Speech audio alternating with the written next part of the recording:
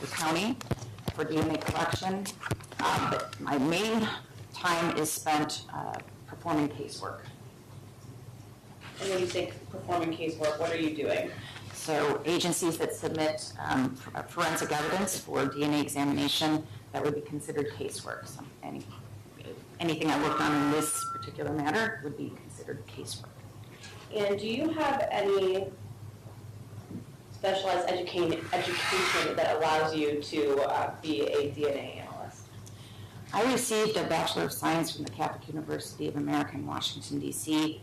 I went on to receive a master's degree in molecular biology as well as a PhD in molecular biology from the State University of New York at Buffalo. And do you have additional training that pertains to your job as well? Right after graduating from graduate school with my PhD, I went on to become a scientific examiner with the Cleveland Police Crime Laboratory, where my main role was a DNA analyst. I also was involved in the crime scene team and a little bit of drug chemistry. Prior to working on any casework at the current laboratory I'm at, the Lake County Crime Laboratory, I had to undergo additional training on samples to ensure that I was familiar with and proficient with the use of all the technologies as well as all the theories behind the technologies and in data interpretation. The education and training continues throughout the course of our career. And so annually I'm required to at least to attend at least an 8-hour workshop in my field or a meeting, and that is accomplished at very minimum of at least 1 to 3 meetings per year, in which I attend to keep abreast of the current state of affairs in DNA testing. Additionally, I do a lot of reading within the field journal articles that pertain to my field. Are you a member of any professional organizations pertaining to your field? Yes, I am a member of the American Society of Crime Laboratory Directors, American Academy of Forensic Sciences, the International Association for Identification, as well as a member of the Ohio Identification Officers Association. And I want to talk about the crime lab for a moment. We heard from one of your colleagues yesterday about the accreditation process. Is the DNA discipline specifically accredited? Yes, we are under that accreditation of what was spoken to you about yesterday, ANAB. It's an accrediting authority. And does the DNA discipline have to go through additional accreditation? Yes, in addition to maintaining abiding by the standards set forth by ANAB, the accrediting body, and they follow the ISO 17025 mandates and criteria for forensic laboratories. The DNA section is also obligated to follow the guidelines set forth by the FBI, the quality assurance standards for DNA forensic testing. It's a little bit more stringent. In our laboratory section, the DNA section is required to get audited annually.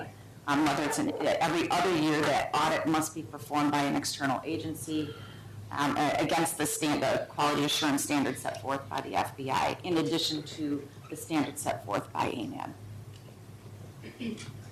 Throughout your career, about how many items would you say you've analyzed for DNA?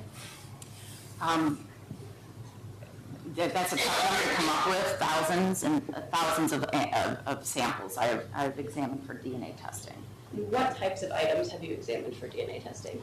So there's literally no rule on what construes evidence for DNA. We can perform DNA testing on just about any type of evidence, whether it be clothing or weapons. Pretty much anything can be submitted for DNA testing if you're looking to see if an individual's DNA is on an item. Have you testified as a DNA expert before? Yes, I have. In what courts have you testified? Cuyahoga County Court of Common Pleas, Cuyahoga County Juvenile Court, Lake County Court of Common Pleas, as well as Lake County Juvenile Court. What type of equipment do you have at the Lake County Crime Lab to conduct your DNA testing and analysis?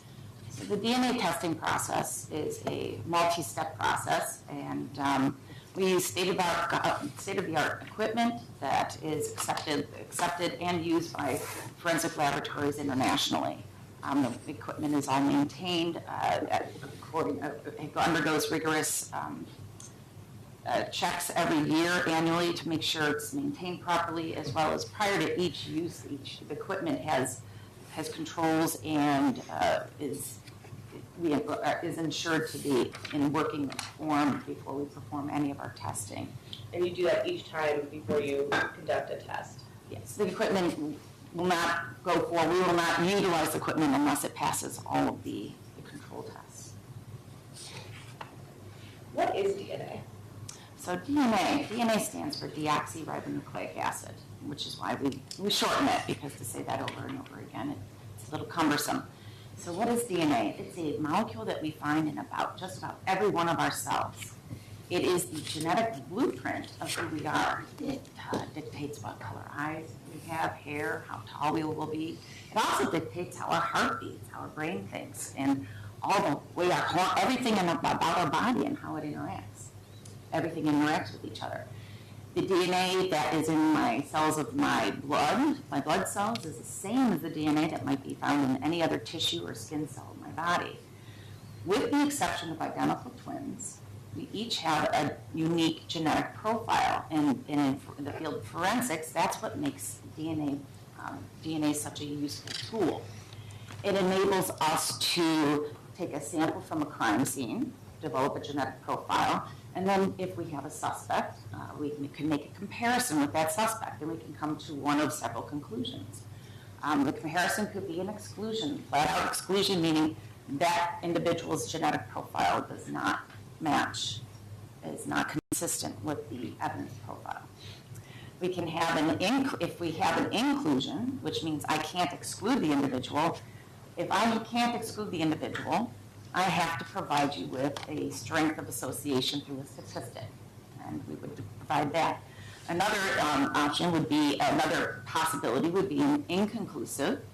It means an inconclusive result would be I can't exclude the individual, but the statistical match, the statistics I have, don't meet our laboratory's threshold for reporting, meaning it was a little bit too low to report out an inclusion, so we call those inconclusive. I can't say whether or not the individual is absolutely associated with the evidence. And sometimes our results are uninterpretable, meaning no comparison would be made. So those would be the options for that. When you talk about making a comparison between DNA samples, what are you looking for? What are you comparing? So with DNA samples, what we're looking at, a genetic profile is basically a series of numbers. We're not looking across, let's talk a little bit about the structure of DNA. DNA is these long linear strands. They're contained in our cells. They're packaged nicely and neatly as chromosomes. Maybe that's the word you might be familiar with. We have 23 pairs of these chromosomes that are in each part in our cells. We're not looking at all the 30 billion bases or little units that make up the DNA strands. We're looking at very specific areas. We're looking at 24 different locations within our DNA that in the field of forensics we know varies from person to person, and it varies from person to person. The variance is a size at that particular location. So our data that is, when we try to generate a genetic profile, we're trying to develop a genetic profile at 24 different locations. Sometimes it's not possible depending on how good the quality of our DNA that we have to begin with. And the data comes out as a series of numbers. Those numbers represent various sizes at each of those locations. So a person at one location may have a size of 14 and a 15. That means that DNA segments were a repeat of 14 units of DNA versus a repeat of segments of DNA versus a repeat of 15 segments of DNA. So we're looking at a series of numbers. A genetic profile from a person, a known standard, will will generate a very nice, neat 24. I'll get genetic information at all those locations because it's a standard, and I have a rich source of DNA. This evidence doesn't always come that way, so then we make but it'll give us a series of numbers, and I'm comparing numbers, but I'm not only comparing numbers. I have to make sure that the data makes sense in terms of morphology. It comes out on a graphic chart. So there's a lot of things that go into the data interpretation. So I make a comparison of numbers and also morphology of the data. And you mentioned a strength of association, a statistic that you will give if you find that the DNA is included. Can you explain what that is and what that means? Sure. The statistic I may present to you today, it would be in the form of what's called a likelihood ratio. A likelihood ratio is taking two events that are independent of each other. And the events here would be that the suspect is included in the DNA profile versus the suspect is not included within the DNA profile of the evidence. And you pin those together, and the calculation will either give me an exclusionary association, meaning the individual would be excluded, or an inclusion, not excluded would be either inconclusive or it would come out to be a number of 1,000,000 times more likely or more. The way our statistics will be stated would be an individual is so many times more likely to be a part of this evidentiary, the evidence that I'm presenting to you, as opposed to an unrelated individual that's not that person. A likelihood ratio, you come across likelihood ratios a lot in life.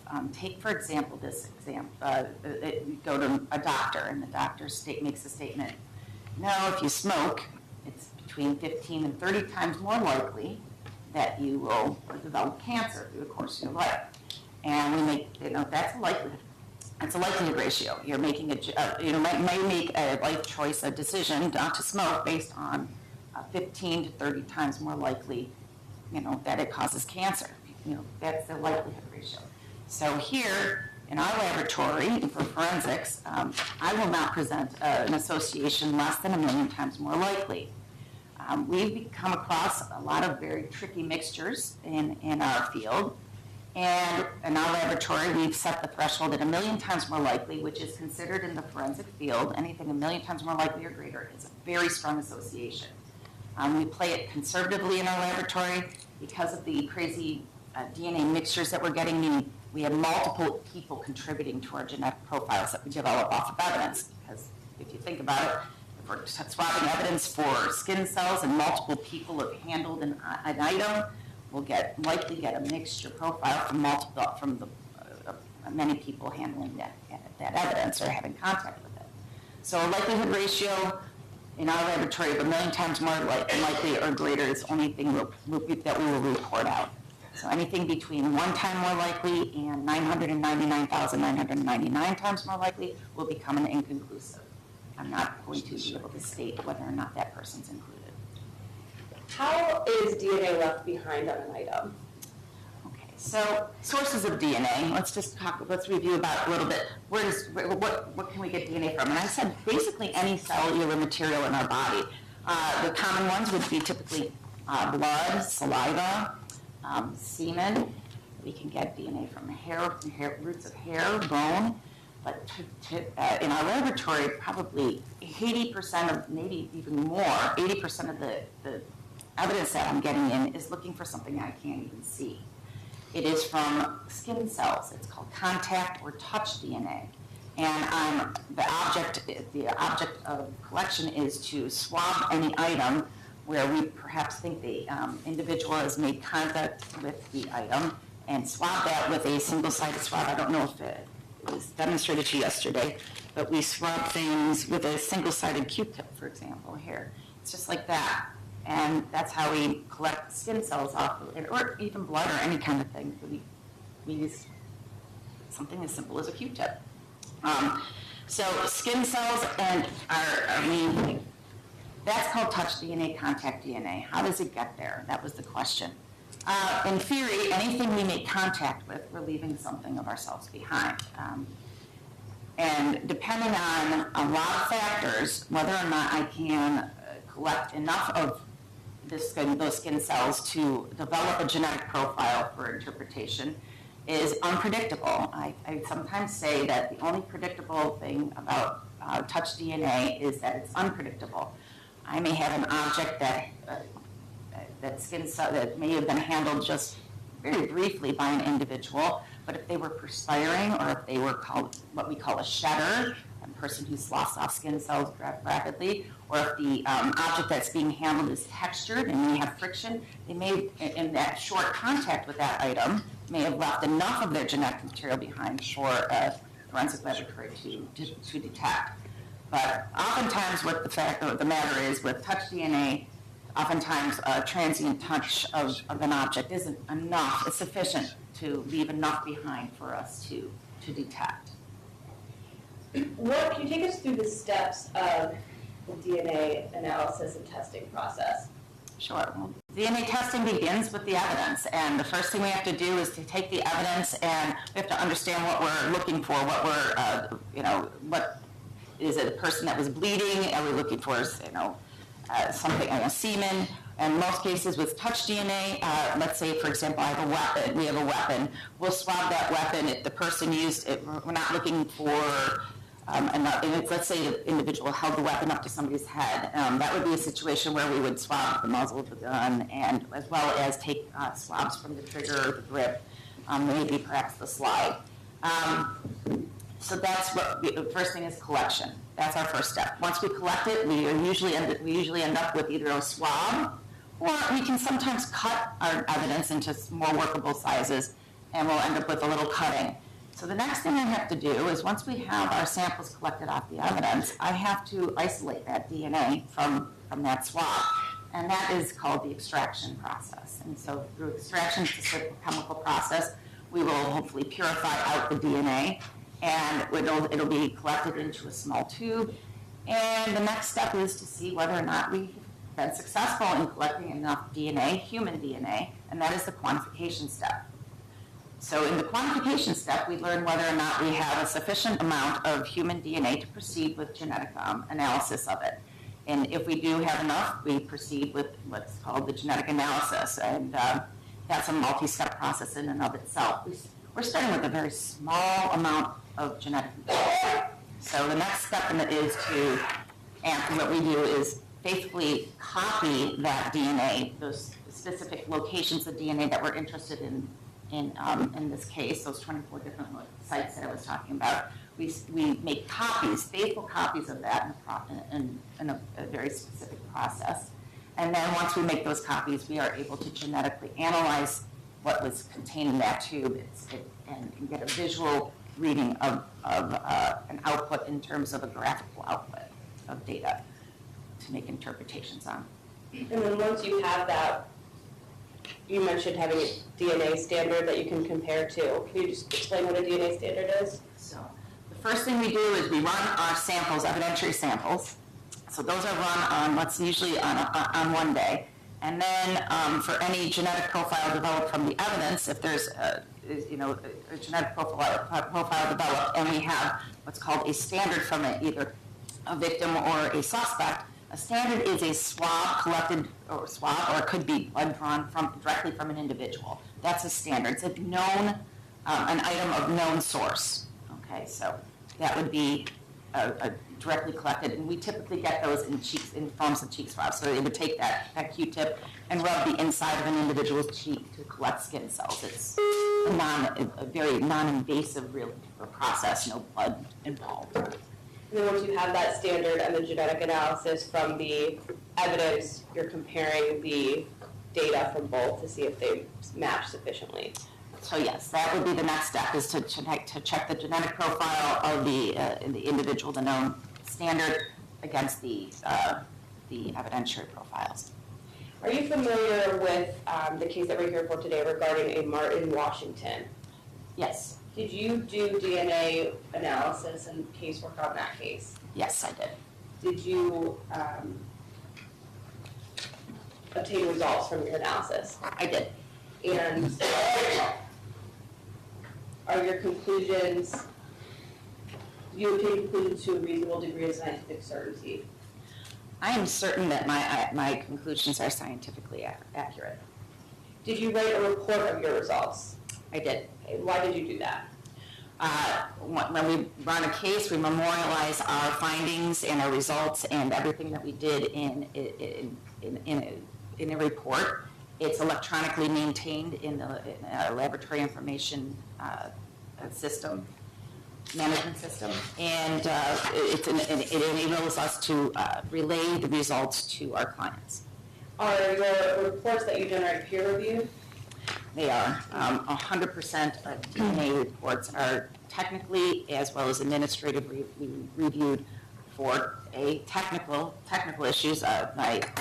It's looked for errors in terms of interpretation, making sure that all the controls look good. It's double checking all of the work that I've done. And an administrative review is more of a checking to make sure all the grammar's right, the spelling, all the items were included in the report. It's more of an overview of the spelling and stuff of the report. And someone other than you conducts both of those reviews? That is correct. An individual trained in the technical review has to be performed by an individual trained and authorized in the procedures that I utilized for the DNA examination. And first witness, Your Honor? Yep.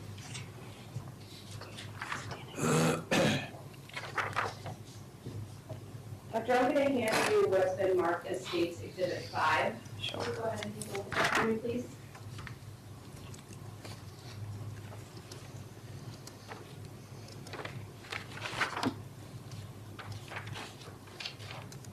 Do you recognize what I just handed you? I do. Okay, what is that? I recognize this as an accurate copy of the report I issued for this laboratory case number 22-1030. That's our laboratory case number, and that states Exhibit 5. And that laboratory report that you have there, does it identify the case as regarding Martin Washington? Yes, it does. And did you prepare this lab report in the ordinary course of business as a crime lab? Yes, I did. And that's not the original report, correct? No, the original is actually maintained electronically in our laboratory information management system. But this report is the same report as the original, and it's a very accurate copy of that report. That is correct. I'm going to have you take a look at, so at the top of the report, there's a list of evidence submitted. Can you go through what was submitted in this case? Sure. And case number 22-1030, we have evidence item 001. That's a sealed box containing one unloaded Smith & Wesson military and police 38 S&W 38 special caliber revolver. Evidence, and then a sub-item of that would be is the 001-B, that is a swab of that firearm that was collected within the laboratory.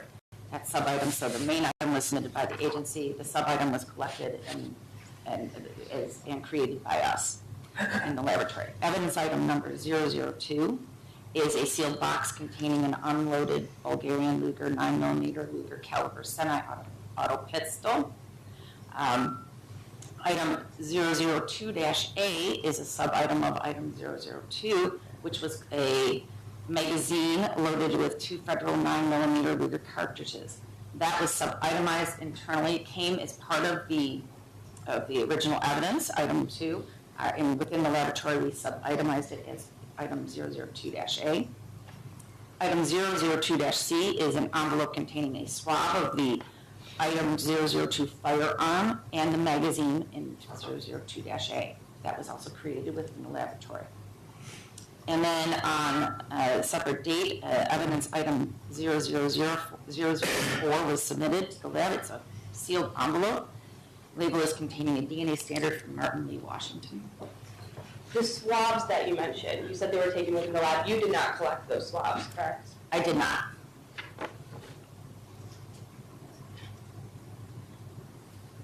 Did the swabs then just come to the DNA section for testing? So the swabs were collected by forensic analyst Rebecca Silverstein, and she placed them into our locked evidence cage into the DNA section bin. And each section has their own specific location, secured location within that evidence cage.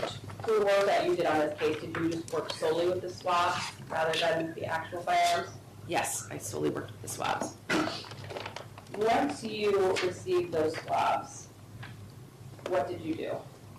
So once we had those swabs in the laboratory, once we were going to proceed with DNA testing, we took the evidentiary swabs, items 001-B and 002-C. That underwent the genetic analysis procedure that I just talked to you about, the extraction and then quantification, and those both happen to have a sufficient amount of DNA to proceed with genetic analysis. So let's start with the genetic analysis that was conducted on the swab from the Smith & Wesson. Did you go through the procedure that you previously described to us? I did. To test that swab? And you said that there was sufficient DNA on the swab to conduct genetic testing. It met our threshold, correct. And you did conduct genetic testing? I did. Okay, and what was the results of that testing? So the DNA profile obtained from that Smith & Wesson revolver swab, item 001-B, it resulted in an incomplete mixture of at least representing a minimum of 3 contributors. What does an incomplete mixture mean? I'm sorry. So I know I have more than one individual contributing to the genetic profile that's going on. I know I have at least 3 individuals. It means that when I say it's incomplete, it means that I know that the minimum of 3 individuals that I have represented in this genetic profile is not a complete representation of all the individuals that I'm developing. It's partial. It's not completely all there. Most profiles, we would never be able to, when we have mixtures like this, we may have one individual represented more strongly in a genetic profile and the individuals represented in a lesser degree may be from 1, 2, or 3. We can't tell how many individuals but truly contribute to the mixture, but I can say it's a minimum of 3. So I have a mixture of 3. In our laboratory, after 3, when we get to 4 contributors, we wouldn't interpret it. They get too messy. In this case, it was an interpretable mixture of 3 contributors. And then I developed a genetic profile for the standard from Martin Lee Washington, and I made a comparison of the genetic profile from the Smith & Wesson revolver to the standard of Martin Lee Washington, and I was not able to exclude him as a contributor to that profile. I ran a statistical analysis, and the DNA mixture profile is 64.9 million times more likely to occur if the mixture consists of DNA from Martin Lee Washington and 2 unidentified contributors, as opposed to 3 unidentified contributors. Beyond this association of Martin Lee Washington, there was the additional genetic information that's foreign to Mr. Washington was too little genetic information to make any other associations. For example, like you could give me individuals to make a comparison. I may be able to exclude somebody, but there's not enough genetic information to include other individuals. It was just leftovers. Way to think of it, here's an example. So let's say we have a bunch of puzzle pieces on the floor, and we have a couple of boxes that they possibly could fit into. And you start putting together a bunch of these puzzle pieces, and they belong to this one box. The remaining puzzle pieces, there's just a few. They're kind of generic, and they don't belong in that one box where the majority of the puzzle pieces went to. But they may or may not be able to belong. They're so generic. They have the color that's shared by multiple puzzles, and there's not enough pieces to say which box they might belong to or which individual. There's just not enough there to make a further determination. So we have enough puzzle pieces to put in that one box to make an association, but the remainder puzzle pieces just not enough to determine what boxes they belong to. It's kind of like this. In this situation, I have one association, that association. Beyond that association, I wouldn't be able, there's not enough genetic material to make additional associations. So going off that example that you just used, in that example there was the most amount of pieces to the puzzle that you were able to put in the box, match the box. With the DNA does that mean that there was more of the DNA that you were able to make the association to Martin Washington than there was the rest of it? So the majority of the genetic material matched the standard of Martin Washington. And what was foreign to Martin Washington, there is foreign material. So obviously other individuals have made contact or have had their DNA deposited on this weapon, but I wouldn't be able to make another association. And how strong of an association is 64.9 million times more likely? So in the field of forensics, 1,000,000 times more likely is considered a very strong association. So anywhere we're going, 64 million is more than 1,000,000. So as you go up, you get even a stronger relationship. Then moving on to the swab of the Luger, did you conduct the same procedure with that swab that you previously outlined for us? Yes, I did. And it did result in sufficient DNA for testing? Correct. And you were able to conduct genetic analysis on it? That is correct. And what was the result of your analysis? So in this case, the DNA profile obtained from the swab of the Bulgarian Luger pistol and magazine, that's our item 002-C. It's a highly incomplete mixture likely representing a minimum of 3 contributors again. Made a comparison with Martin Lee Washington. While Martin Lee Washington cannot be excluded as a possible contributor to this DNA mixture profile, the statistical weight for inclusion failed to meet our laboratory's established quality threshold for reporting. Therefore, it's not possible to determine whether or not Martin Lee Washington is included as a contributor to this mixture DNA profile. You said that this profile was highly incomplete. What do you mean by that? So, meaning there was a lot of missing genetic information in the genetic profile. Several of the different locations didn't give me any data at all, and it could be a result of many things. It's very typical of touch DNA to be degraded or in such low quantity that we can't develop a genetic profile at all the locations that we're looking at. It could have a contaminant on it, such as dirt. The object could have been dirty. Dirt hinders the recovery of good DNA. There could be a lot of factors why a genetic profile wasn't completely developed. Even with the state of the profile being highly incomplete, would you have been able to exclude Martin Washington if he was excluded? Yes, I can make a comparison, but there wasn't enough the association wasn't an exclusionary association, it was an inconclusive. It didn't meet our threshold for reporting. So I can't conclusively say whether or not he's included. Okay.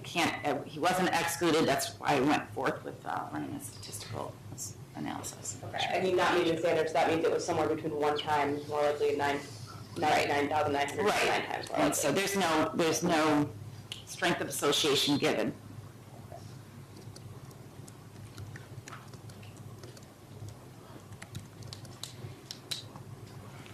Can you explain a little bit more about, you said that the sample could have been degraded. What does that mean?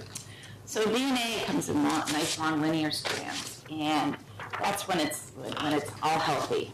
It can be damaged. It can be broken down, chopped up by many different factors. Some environmental, some chemical.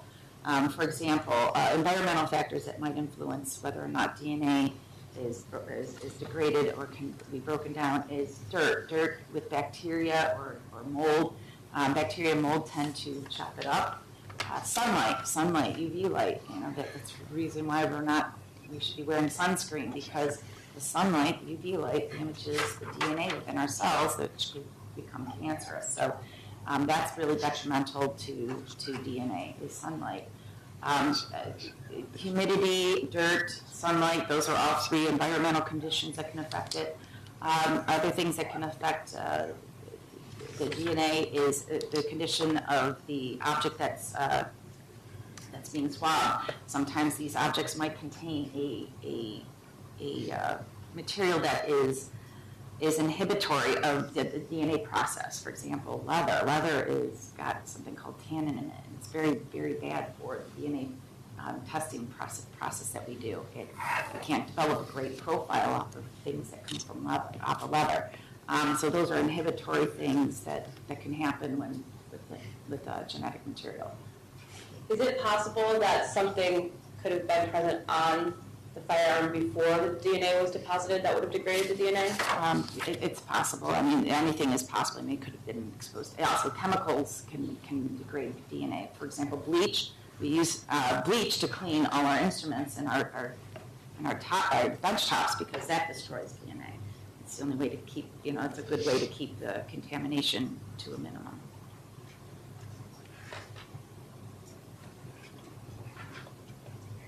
Just have a moment, Your Honor.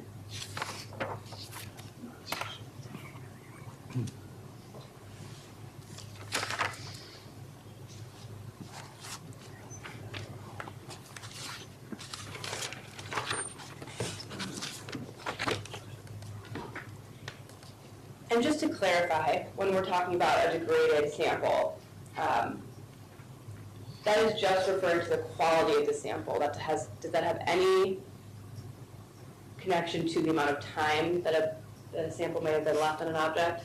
It's possible. Over time, DNA, depending on, DNA can stick around for a very, very long time. If I touch an object, door handle in my house, I sell my house and somebody else moves in, you might be able to swab any door handle in that house that never got washed with bleach or something like that and detect my DNA there for a long time. DNA will probably degrade over time, but if it's kept in the right conditions, it can stay pretty stable. But degradation can happen over a long period of time, and when items collect dirt, it can lead to degradation of the DNA. So time is a factor that you look at that can cause degradation, but when you're talking about degradation in this case, you're not just referring to the time aspect. I have no idea I have no way of knowing what causes I haven't proven what caused the degradation. That would be purely speculative as to.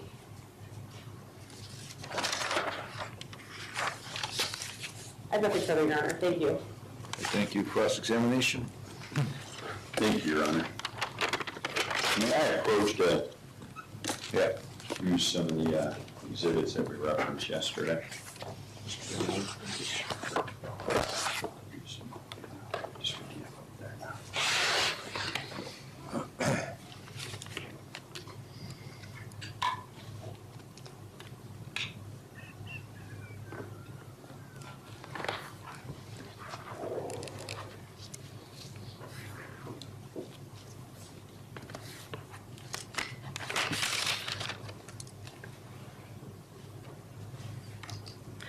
Good morning. Are you going to hand this to me? Because I'll put on a pair of gloves as well. Yeah, I was going to hand you the evidence box because I have the firearms, so All right. I put on gloves myself.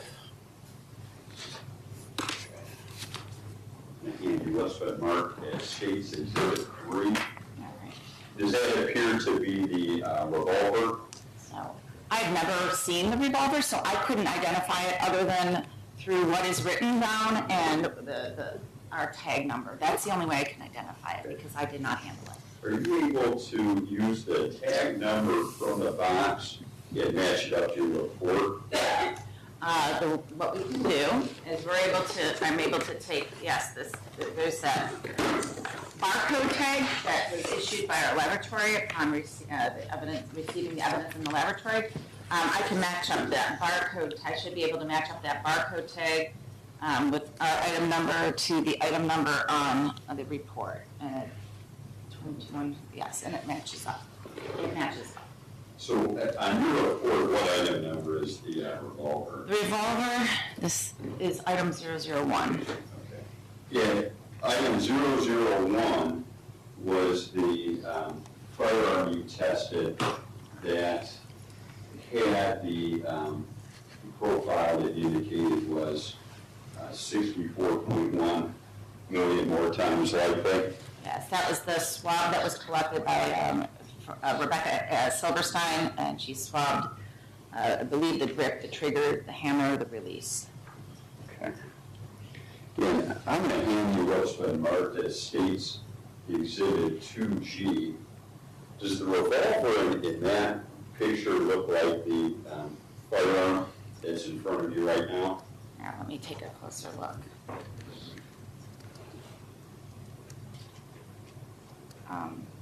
It could be, yeah. I mean, I guess it would be. appears to be. Okay. And in that picture, there's two firearms, correct? There are 2 firearms in there. And the revolver is first, and then the other firearm is behind it, is that correct? Yes, that's the way it appears. Thank you. You're welcome.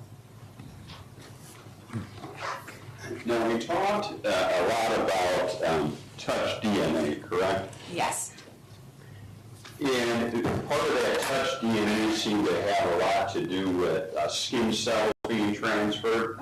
Yes. And that would be a reason why you put on gloves as we open the evidence box, correct? Multiple reasons why we have these gloves on. I don't know where those guns have been, where they're stored. There's a lot of reasons I would wear gloves, but also to prevent my genetic material from transferring to that. That's one of the reasons. Sure. And when other individuals handle these firearms to transfer over for analysis or whatnot, is it common that those individuals would wear gloves as well? And in terms of anybody with an agency that collected it, yes, they would likely be trained to wear gloves. And the glove, again, could prevent the skin cells from transferring over, among other Yes. things. Yes. Now, this touch DNA, the touch doesn't have to be from your hands, does it? It does not. Okay. So the touch could come from a foot, a bare foot? Touch could come from whatever part of the exposed skin on the body, yes. And the DNA is more likely to transfer through this process if the individual is very sweaty. Sweat contains locked off skin cells, and it would deposit, yes, it could potentially deposit. Now, turning our attention to the next firearm. May I have to continue?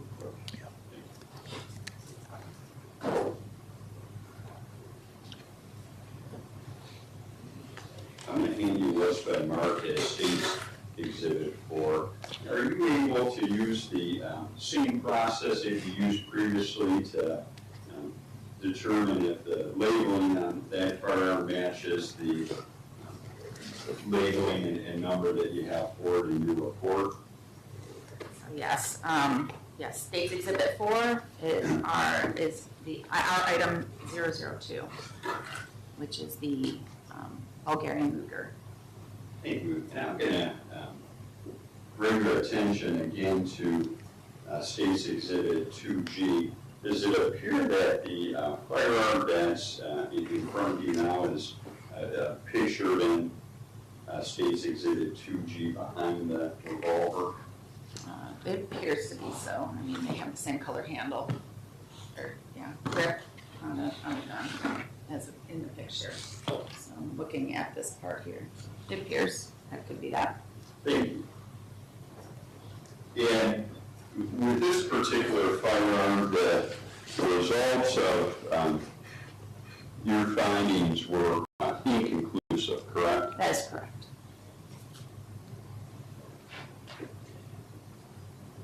As far as this idea of the touch DNA, is the likelihood of skin cells being transferred increased the more that the person handles the object that you're testing? In theory, the more frequent an individual touches something, the more skin cells would be left behind. And you had indicated that for both of these firearms, the mixtures that you used to compute your lab results had a minimum of 3 contributors. Is that correct? Yes, that's correct.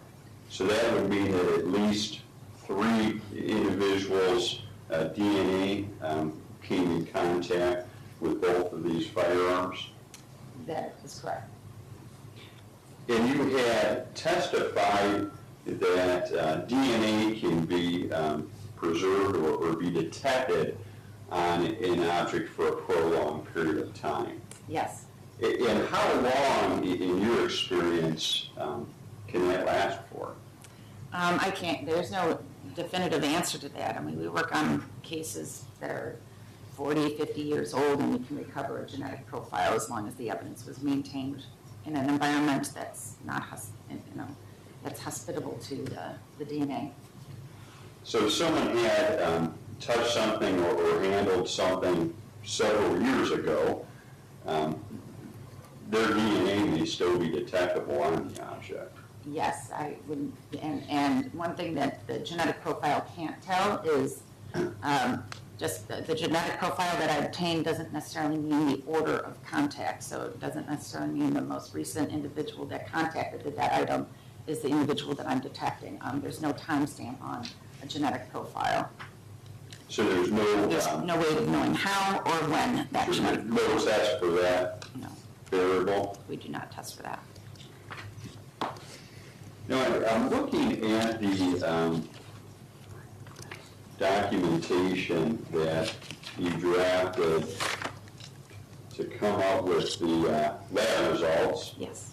that are encompassed in State 5, and I'm looking at a Lake County Crime Laboratory DNA Section Report Summary of DNA results, and I see a key NR, no results at locus. Do you know what that means? Okay, so you're referring to when we get a genetic profile, we memorialize that genetic profile in a data table.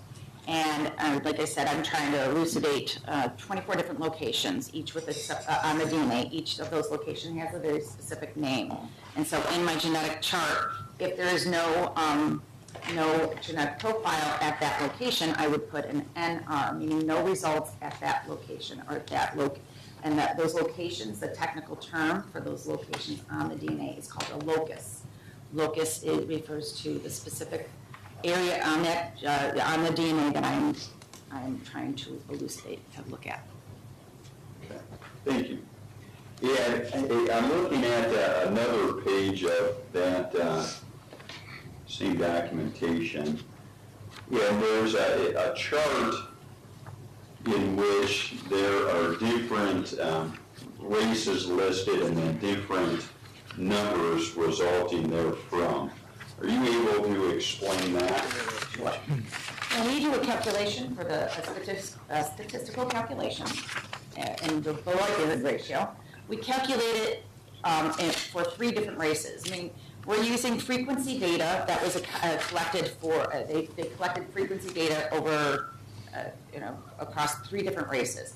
So I will calculate the likelihood ratio for African Americans, Caucasians, and Hispanics.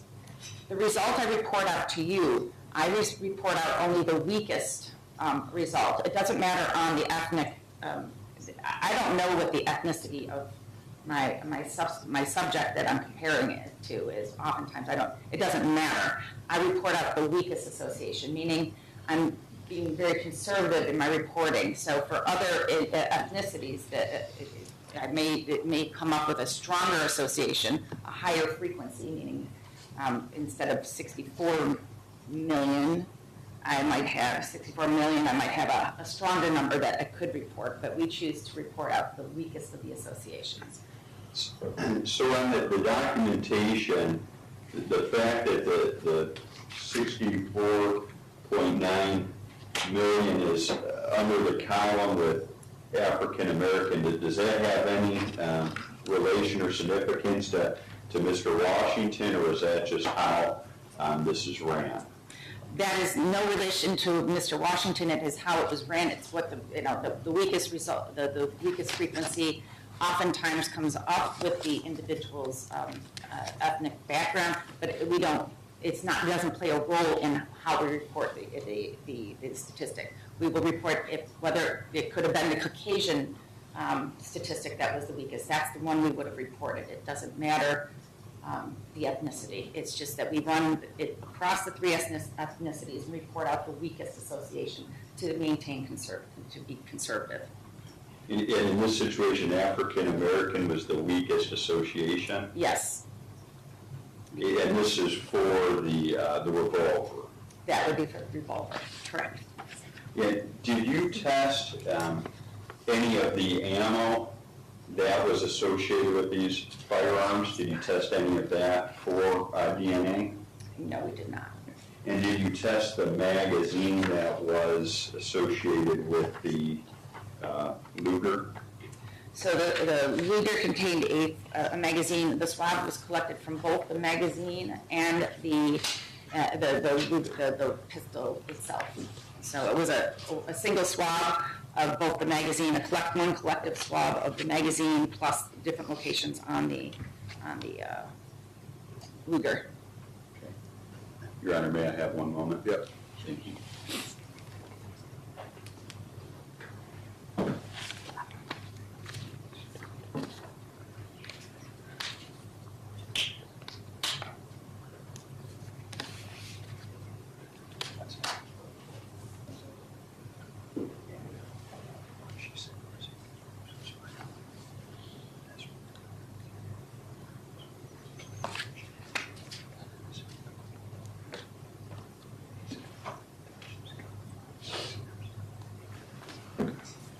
No further questions, Your Honor. Thank you. Any redirect? Yes, Your Honor, thank you.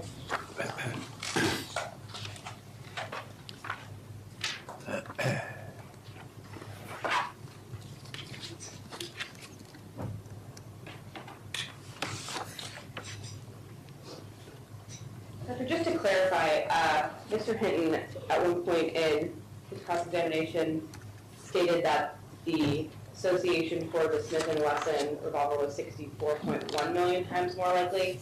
I just want to double check that that number is accurate. It's 64.9 million. 64.9 million times, not 64.1 million times. Thank you. This ethnicity testing that Mr. Whitten was just asking you about, can you explain what the purpose of that is? So frequency, so when you're looking at populations, it comes down to population genetics.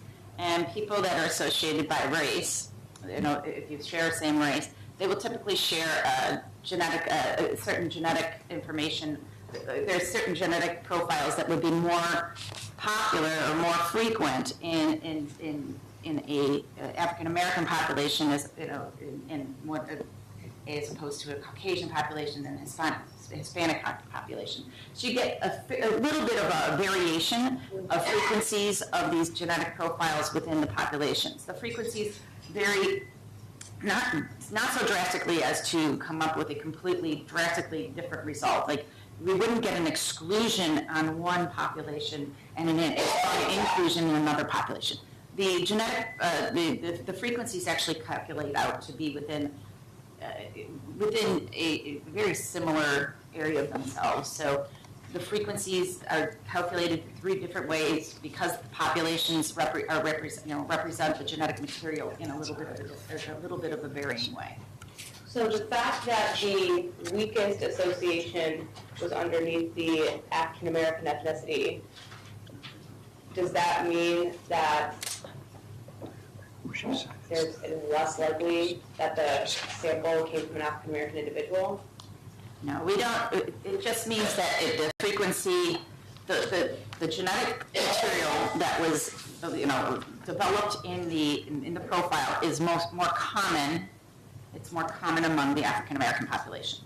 So the weakest, they just share a more commonality. So that genetic material, that genetic profile is got more commonality. It has a lot more common ground within the African American population. Not a lot, but it has more commonality within the African American population. Those the frequency of seeing those genetic points are more common in the African American. It doesn't mean it's less likely that individual. It's just the weakest of the associations because African Americans in this particular situation, the genetic material is more commonly found in the African American population. So is it common that the weakest association with the ethnicities will actually match the ethnicity of the sample because of that reason? Sometimes we see that, but it's not something that we don't factor that in. It happens frequently that the weakest profile is of the the ethnic persuasion of the individual being compared, but it's not, I mean, I oftentimes get an individual that is, you know, like looks, is Caucasian or would associate as Caucasian, and the weakest profile comes up as Hispanic or African American. There's no rule there. It's just, genetics are a funny thing. You could have something in your history that, you know, at some point shared with another ethnic race. Thank you.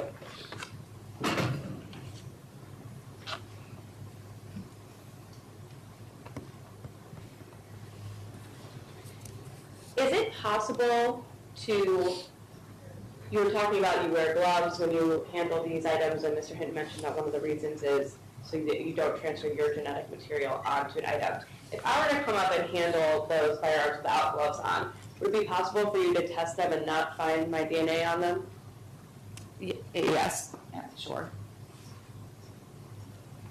So not wearing gloves and touching something doesn't guarantee that the DNA is going to be left. So like I said before, the only predictable thing about DNA, touch DNA is that it's unpredictable. So there's really no way of knowing until you actually test for somebody's DNA on an object.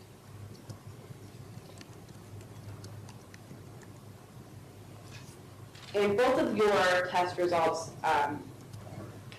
came to an incomplete mixture representing a minimum of 3 contributors. Is it uncommon to get a result like that with several contributors? So most items that come into the laboratory for contact DNA are items that have likely been handled by multiple individuals. So it is not uncommon to get mixtures with touch DNA samples. One moment, Your Honor, please.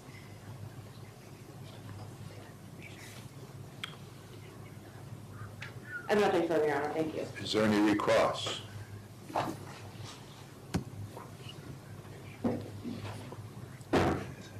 Morning again. You were just asked a question regarding gloves, transfer of touch DNA and that sort of thing. You recall that? Yes. Now, other than skin cells, can the DNA be transferred solely by sweat or a sweaty object?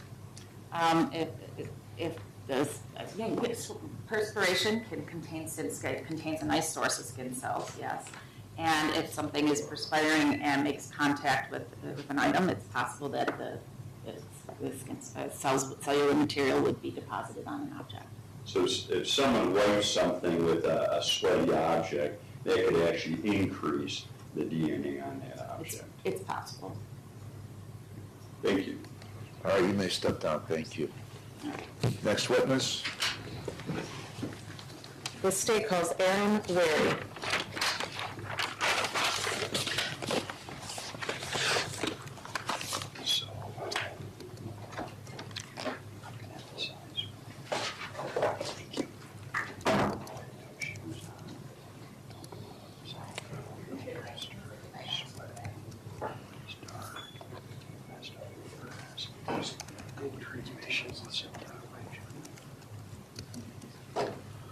Will you raise your right hand, please? You swear a testimony about gives the truth, the whole truth, and nothing but the truth, so help you God. All right, have a seat.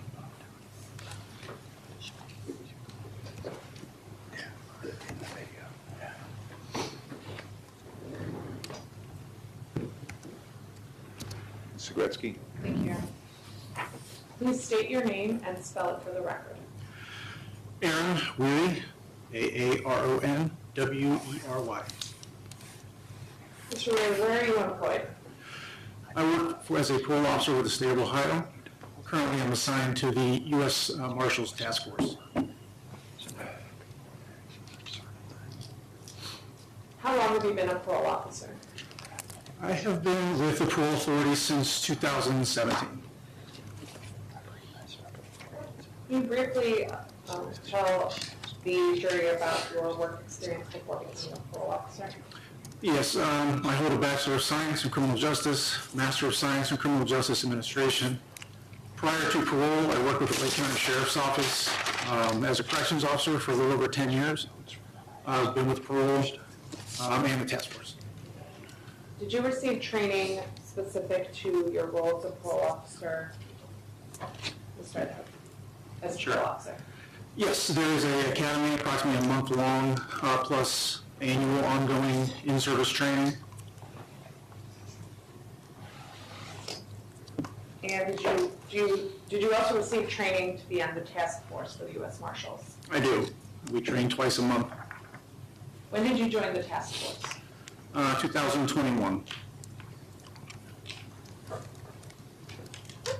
Were you sworn in as a member? Yes, I was sworn in as a special deputy, United States Marshal.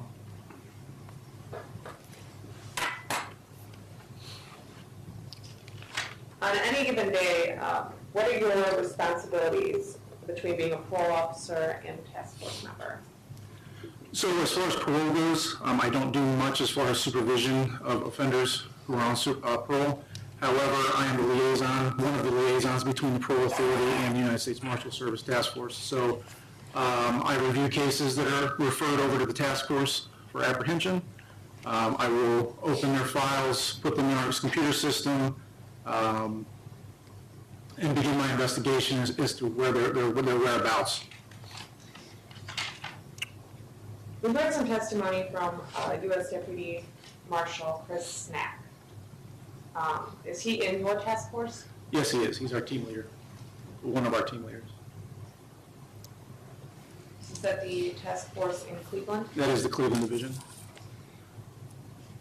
What other law enforcement agencies that you know of are other task force members a part of? There's a whole long list of part-timers, and specifically full-time who do this exclusively for their full-time job right now.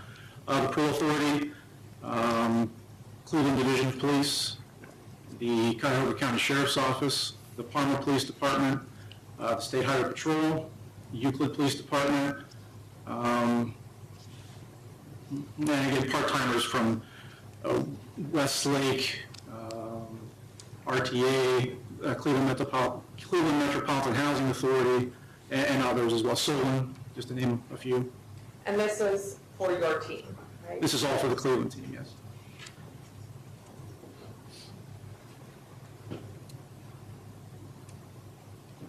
And then as a team, everyone in the task force uses their resources that are available to them from the agencies that they belong to, correct? Correct. So if someone has questions from my agency, I would provide that, and vice versa between everyone. Your agency being the Ohio Adult Parole Authority. That's correct.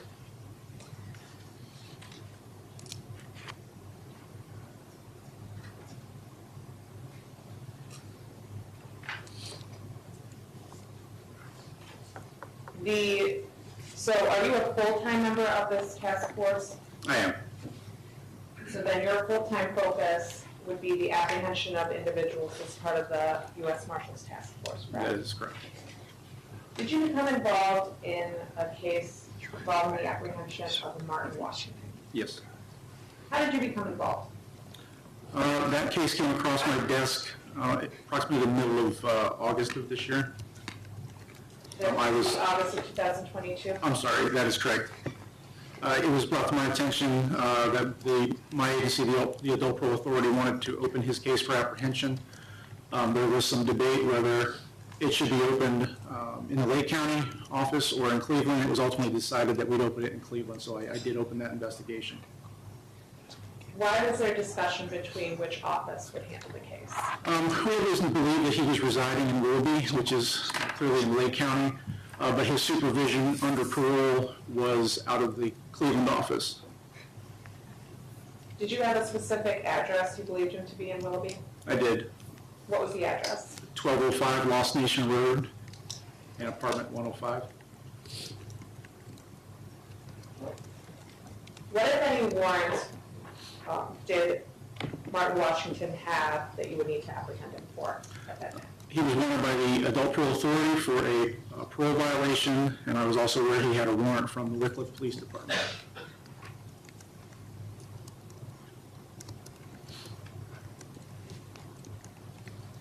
Was it ultimately decided that you would handle the case of Martin Washington? Yes. And what did you do to locate or effectuate his apprehension? We do a thorough background into their history, places, if they've ever been arrested before, their past history of where they've lived. We look I'm at, going to, I apologize, That's to okay. stop you. I'm going to narrow into question of location. You believed him to reside in Willoughby. that is correct. And what further information did you gather to ascertain whether or not he was indeed at that location in Willoughby? Yes, so we had received information that he was residing with his girlfriend. Do you know the name of his girlfriend? I do, Michelle McCarroll. And was she believed to be residing at that address as well? She did. She had a history at that address, as did her mother.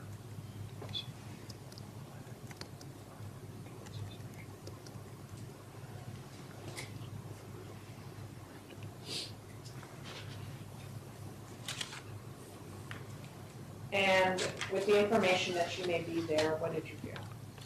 I began surveillance of that location, trying to determine a pattern of life for the occupants who lived there. What does that mean? I will covertly sit in an area and monitor the location, see who comes, see who goes, what time they leave. If anybody who's a friend or an associate comes to that residence, if there's a pattern of a specific day and time that they come and go. Around what time did you, around what date did you start that on-the-ground surveillance? Off and on, after the case was opened through the beginning of September. I was over there several times. So from August through the beginning of September? Correct.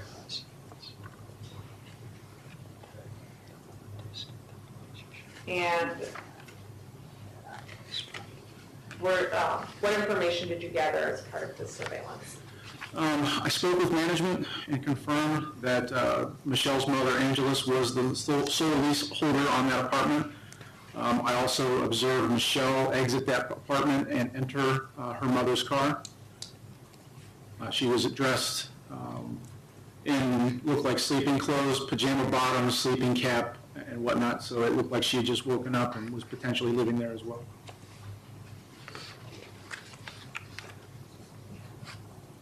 What connection or what importance did knowing Michelle's location have in locating Martin Washington?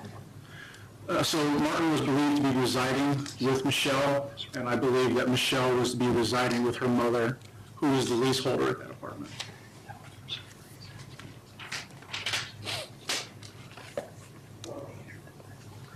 What type of vehicle do you use to conduct such surveillance? A Ford SUV with heavy tinted windows.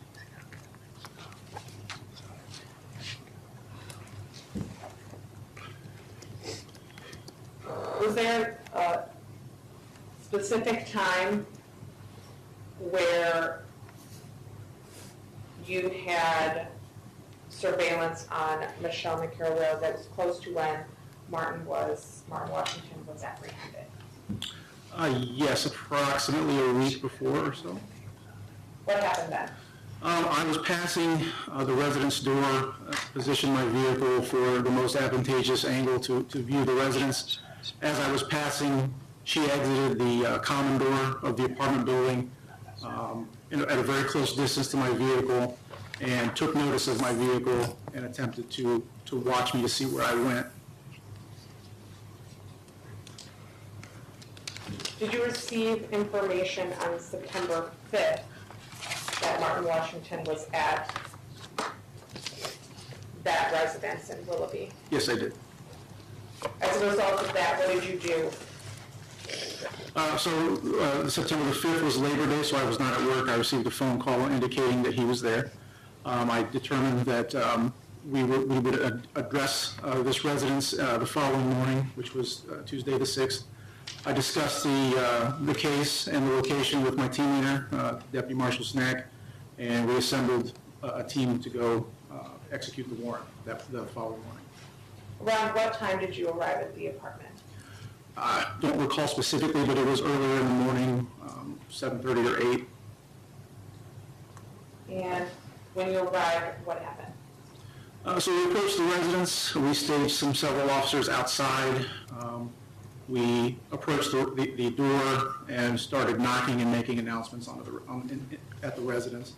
We didn't receive a response, however, due to the circumstances, we believe that somebody was in the apartment, so the decision was made to mechanically breach the door with a ram, and we began breaching the door. How many task force members were there? Approximately 10 to 12, maybe a few more. And was his apprehension conducted in accordance with training and practice apprehensions of task force? Yes, it was. So does everyone have a certain role? They do, yes. What was your role on that day? Because I was the one investigating this particular case, I was assigned interviews. So anybody who we pulled from the apartment, I would take them out of harm's way and conduct an interview and try to get more information. And now you said initially there was not an answer to the knocks. That's correct. And what happened then? After we began breaching the door with the ram, we could tell that the door was barricaded from the inside, and it was a fairly hollow corridor, so we weren't making any progress. We're not just knocking a hole through the door. We decided that because that was unsafe, we pulled off of the door to get out of the threshold, and a short time later, Michelle announced herself and stated that she was inside. So we gave her commands to remove the barricade from the door and to come outside. Did anyone have a key to the apartment? That morning, I went to management and retrieved, they gave me a set of several keys. We did try those keys before we broke the door, but none of those keys worked. And what happened when Michelle McCarroll came to the door? We detained her, placed her in handcuffs, and moved her away from the threshold to conduct an interview. Who conducted the interview? Initially, it was TFO Brian Nolan, and then I stepped over and interviewed her as well. What was her demeanor like? Upset, distraught, nervous, scared. And where was this interview conducted? Initially on the outside steps, but it was raining, so we pulled her into the hallway just inside the front doors of the common door. What happened then? I asked her questions. I did not believe her answers. The officers decided to do what's called a limited penetration into the residence, where they will step in and slowly and methodically clear each room one at a time as safely as possible. We deployed a reconnaissance robot, which is a wheeled vehicle with a live feed back to a camera operator. Drove that around to make sure we weren't going to get, there was no obvious threats, and we cleared the residence. The rest of the team members cleared the residence while I continued my interview. Did you go back into the apartment? Later, I did. What happened when you came back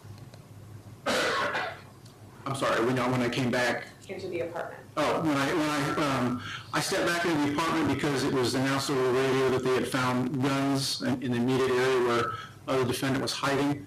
So I passed off Michelle to another officer, and I stepped into the residence to assist them and take photographs. Were you there in the apartment when Martin Washington was found? I was not.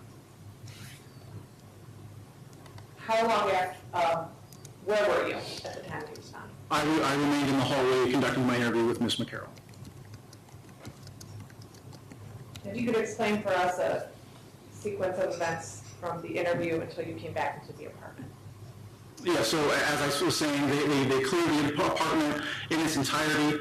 They did not find anybody that was obviously hiding within the residence. However, due to the circumstances, due to her significant delay in answering the door, and due to just for officer safety, they conducted what's known as a secondary sweep, where we go through the places where they've already searched before, but they give it another look just to make sure that they didn't miss anything.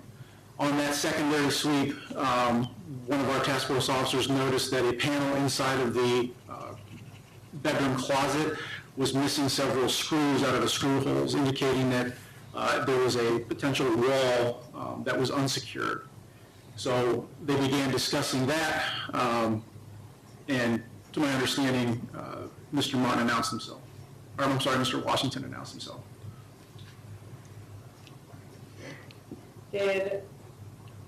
Was he then apprehended by the task force? Yes, most of the team went into the room and began giving him commands to step out. The wall was removed, and he crawled out towards officers and was taken into custody. At that point, the radio communication was announced that there were guns in the apartment, and that's shortly thereafter I stepped inside. What did you do while in the apartment there? Spoke with the officers inside, ascertained where he was hiding, and ascertained where the weapons were located. I took several photographs of the area where the weapons were located, and because we had to breach the door, I had to take pictures of any property damage as well. How long did this encounter, from first knock on the apartment door until Mr. Washington was detained? How long did it take? I would say around 10 minutes, if not a little less.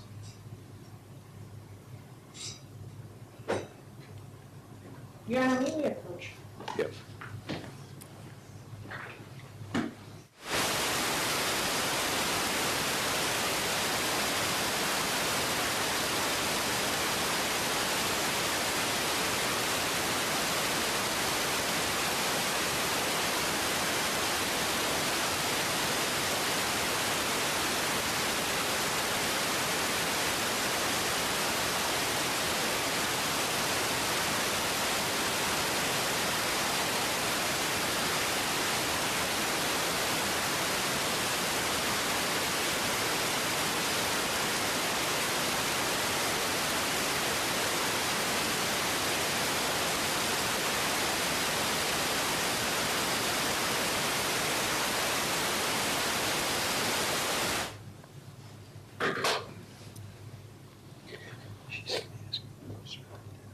Did you speak to Martin Washington on that day? I did. How did that come about? So once he was placed in custody and was taken out of the residence, he was placed into the back of the task force vehicle. After I had completed what I needed to complete in the apartment, I stepped out and spoke with him. In the vehicle? In the vehicle. Are there any cameras in the vehicle? Unfortunately, no. Are those the same vehicles that were used to conduct surveillance? It was not my vehicle, no. And did you have body-worn camera on you that day? I did not. Do you ever, when you were working in the task force? No. What happened when you spoke to him in the vehicle? I identified myself as a parole officer. I issued his Miranda warnings and just questioned him about his status with his warrants and the weapons. What did you ask him? I asked him if he knew he was wanted. What did he say? He stated that he did. He was curious as to what his warrants were about. I explained what they were for. I asked him if he knew it was a violation of his terms of condition or his terms of supervision to be around firearms. He stated that he did. I asked him if Michelle helped hide him in the hiding space. He confirmed that she did. And I asked if she knew about the weapons, and he denied that she did. He said she did not. Did you ask him anything else about the weapons? I asked him where he got them. He was not very forthcoming with that information. What did he say? Off the streets. He wouldn't provide any further detail than that. I'm sorry? He would not provide any further detail than that. And do you see Martin Washington in the courtroom today? I do. Could you please point him out and describe something that he is wearing? At the table wearing a salmon, I guess, colored shirt. Your Honor, may the record reflect that the witnesses identified the defendant? Yes.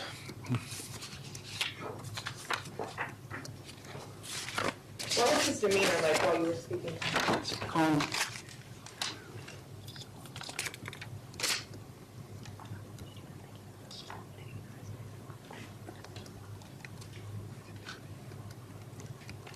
Did you have any other conversation with him? No. Madam Mayor, just a moment. Yep. I have no further questions at this time. Cross-examination. Thank you, Your Honor.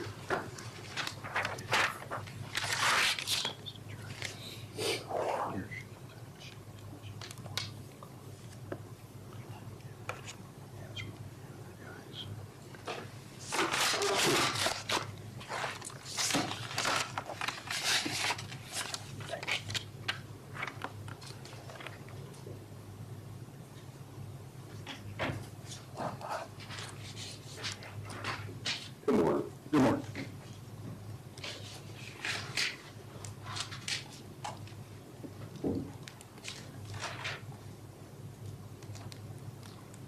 You had testified that the residence address that was subject of this incident was 1205 Lost Nation Road, number 105 in Willoughby, Ohio. That is correct.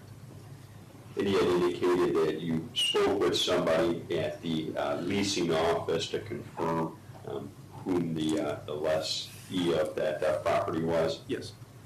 And that was Michelle McCarroll's mother was the sole lessee of that property. Angeles McCarroll was the leaseholder.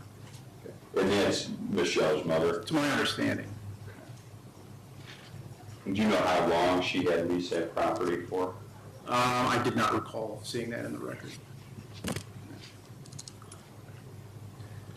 And you had indicated that upon breaching the door of this residence, that there was a couch that was put in front of the door on the inside of the apartment. That is correct.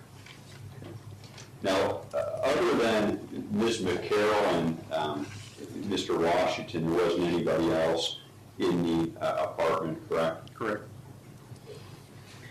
And you also testified regarding a panel that had to be removed and put back up for Mr. Washington to get in under the furnace, correct? Yes.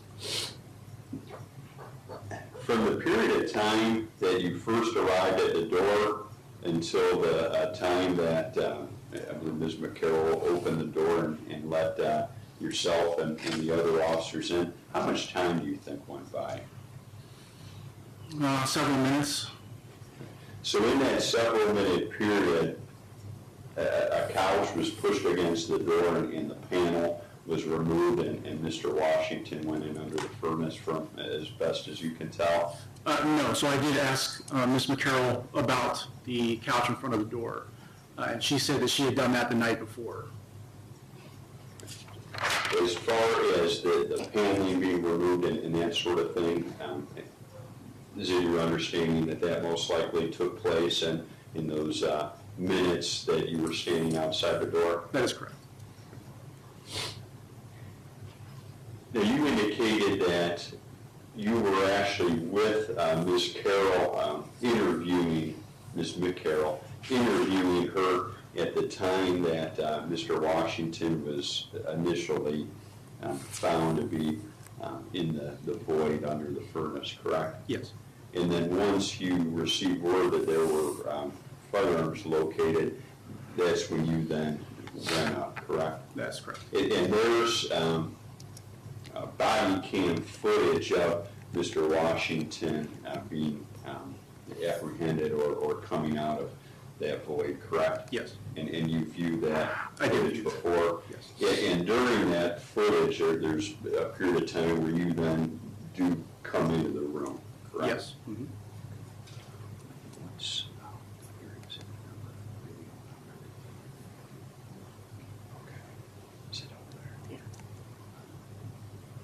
May I have a moment, Your Honor? I'm going to replay that video. States Exhibit 1.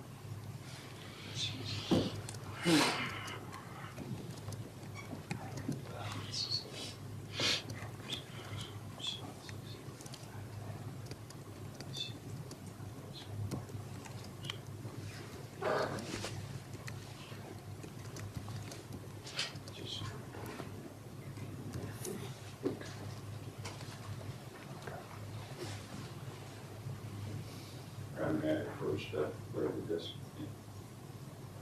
Unless you can do it from back there, so. I think this may be the most efficient way Right. to do it.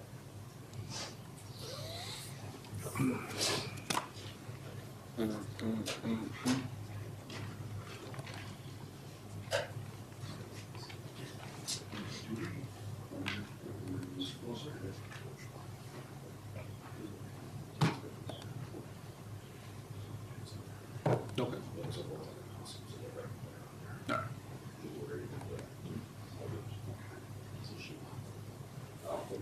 Okay, thanks.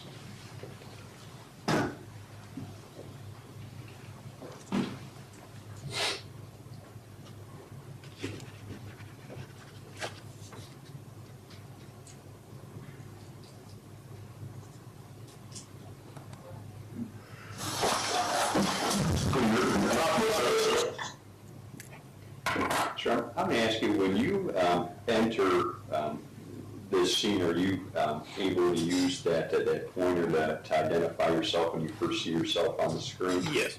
Okay. Thank you.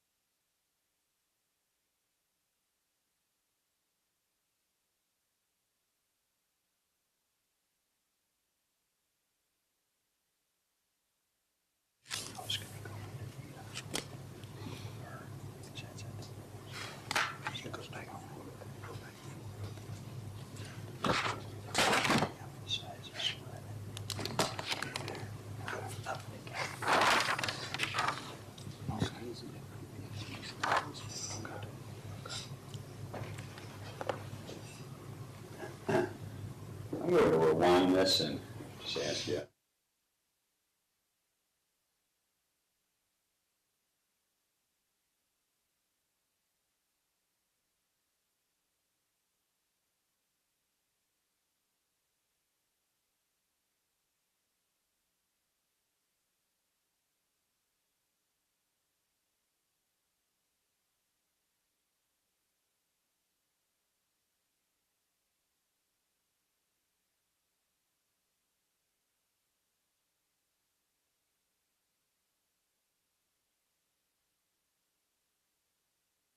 She can approach and use the pointer, if I may, for a moment.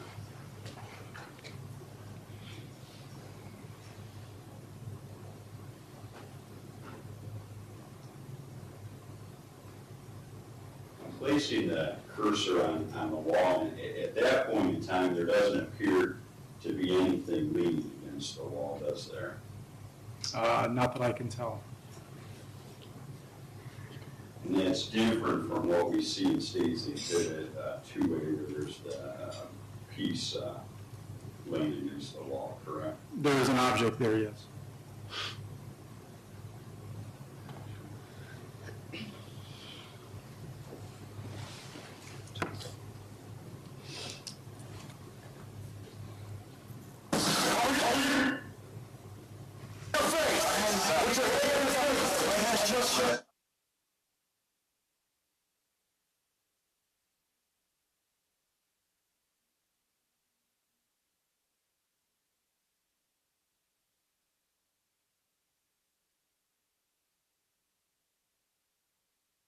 Washington was coming out of the boy watching this video. Did you see the shininess and the sweat on his body?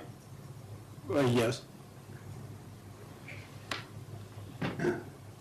Now, as far as your conversation with Michelle, what was her demeanor like in that interview? Very upset. Did that interview take place in the, lobby of the apartment? As I testified, it began outside because of the weather. We brought her inside, so the majority of it was inside. And she was sitting on the stairs? She was standing for a while, and then I sat her down. Okay.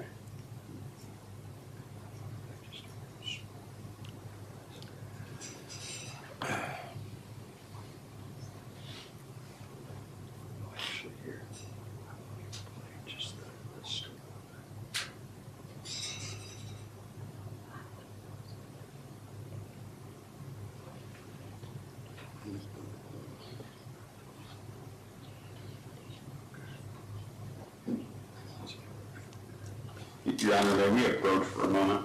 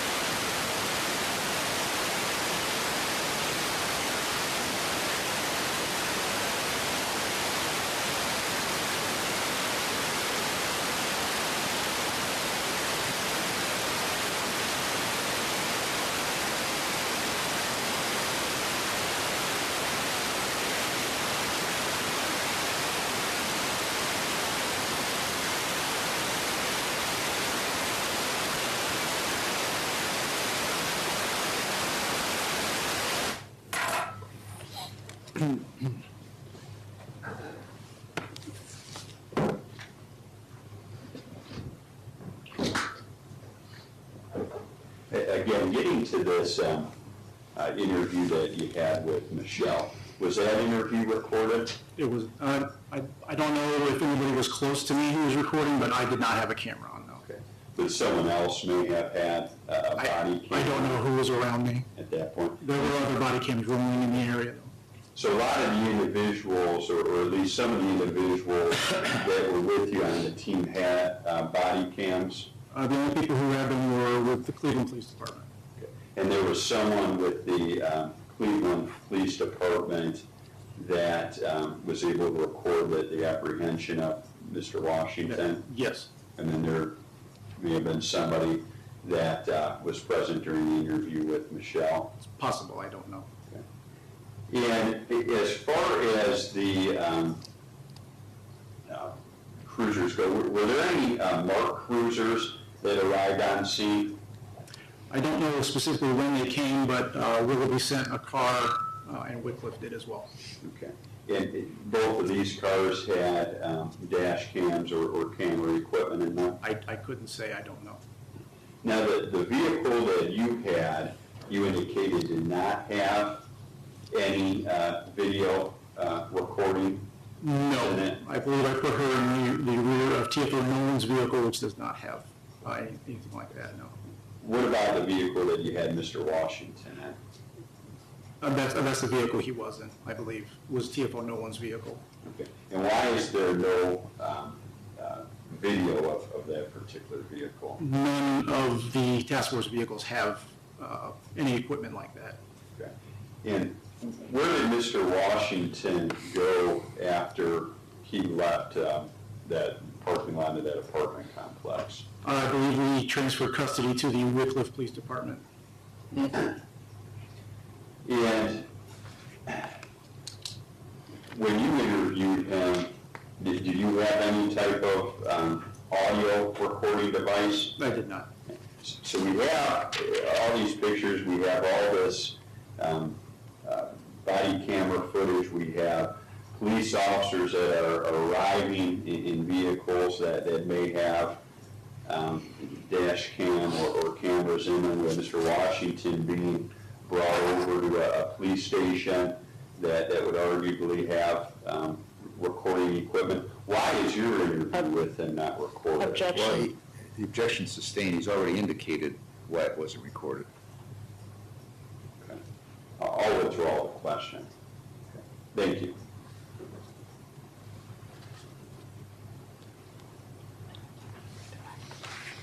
Any redirect? No, Your Honor, All thank right, you you. may step down, sir, thank you. Thank you. Does the state have any other witnesses? No, Your Honor. Is the state resting? Yes, Your Honor, pending the admission of exhibits. All right, ladies and gentlemen, the state has rested their case. That means they presented all the evidence they intend to present. Before we go any further, we've got some business to take care of out of your hearing, so I'm going to give you about a 15-minute or so break. Remember not to discuss the case. Don't try to find out any information from any other source, and do not conclude anything until the case is finally submitted to you.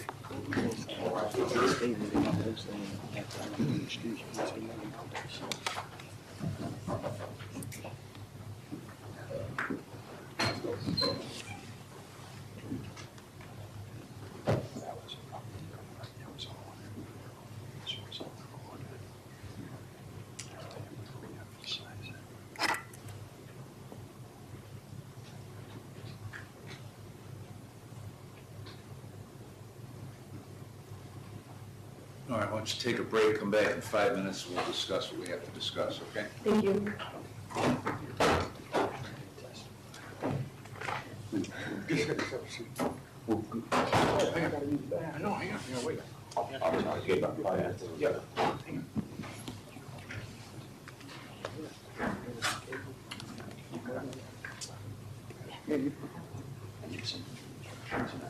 Set up jury selection so that we can do it.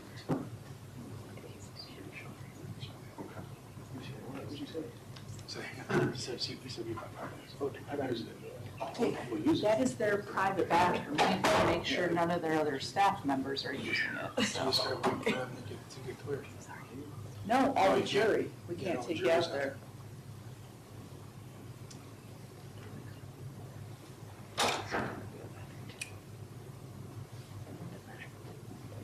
See you there.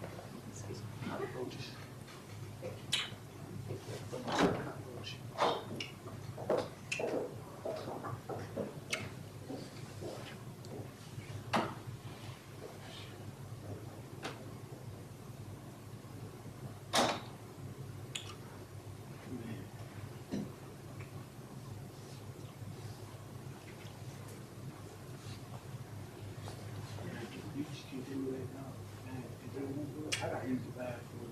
I see this one, I gotta use the bathroom. As soon as that's clear, we're gonna go in there and leave. Certified to use the bathroom, I sit there all day and I'm just. that's you, we different people. I know, I'm just saying. We different people, and you been there how long, been police? Yeah, it doesn't mean it. You probably don't drink nothing, you. Water is probably. I'm saying, as soon as they're done, as soon as you think the bathroom's clear.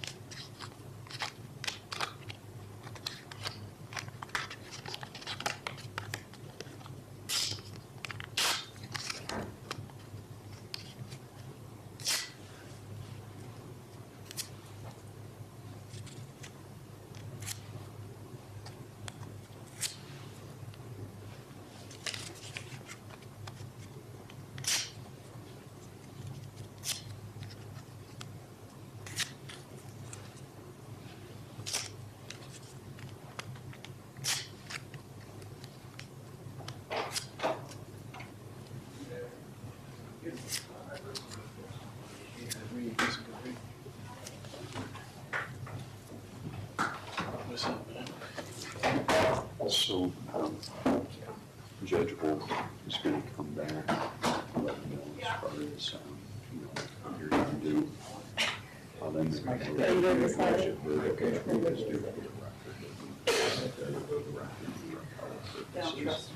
I'll bring the jury. Evidence all renewed. Are you going with the date? Yeah. We'll probably need to get Remind me about the eviction thing.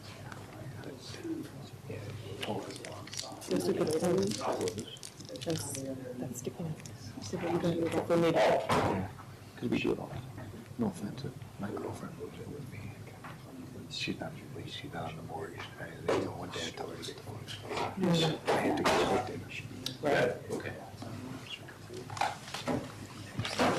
Not that I'm that stupid.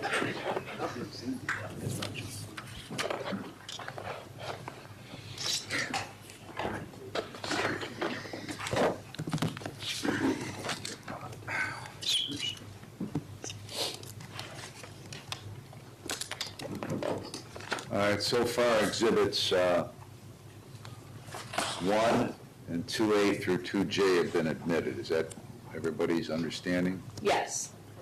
What other exhibits are you asking to be admitted or Exhibits seeking? 3 and 4, we're going to ask to be admitted. Any objection to 3 and 4?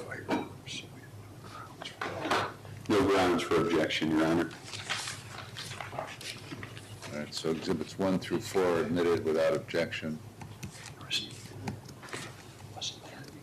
Mr. Hinton? Not that we're asking to admit. Thank you, Your Honor. Thank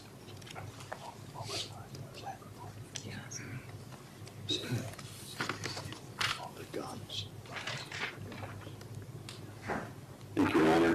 We have no exhibits to admit. All right, what about, you got a motion that you want to make?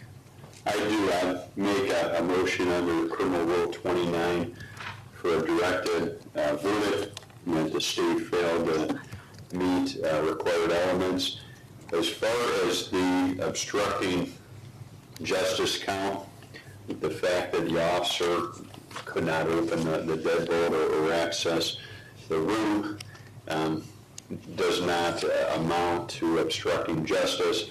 Officer did not actually interact with Mr. Washington, was basically just going off of a picture. I think that the state hasn't met its burden on that particular charge. As far as the weapons under disability, it's our position that the state hasn't met its burden on that either, that the elements required as far as having, acquiring, those sorts of things have not been demonstrated by the prosecution. All right, State? Thank you, Your Honor. As to the obstructing official business charge, the evidence that's before the court, taking the light most favorable to the state, does meet the burden of the elements of that charge. The date and the city, obviously, we're not in dispute. Officer Heaton testified that he saw Martin Washington. He ID'd him via the DMV picture, then he ID'd him again in court here. He testified that Mr. Washington made eye contact with him and then ran away from him into the hotel room. He testified that he called out to Mr. Washington as he was giving chase. Mr. Washington did not stop, and so he chased him. And then he testified that he watched surveillance video of Mr. Washington going into a room number 271, and then when they went up to that room and attempted to get into the room, the key card wouldn't work because the deadbolt was on the door. They weren't able to get in. Then Officer Heaton testified that he, at a later date, spoke with Mr. Washington, and Mr. Washington admitted to running from them that day and admitted to going out the window of the hotel and hiding in the bushes. So each of the elements of that offense have been met by the evidence put forth by the state. As for the having weapons under disability counts, I believe Mr. Hinton was only challenging the element of acquired or had possession of the firearms. There is evidence that Mr. Washington's DNA was found on the Smith & Wesson firearm. And the Officer Lurie testified that Mr. Washington admitted that he had possession of the guns and that he had gotten them off the street.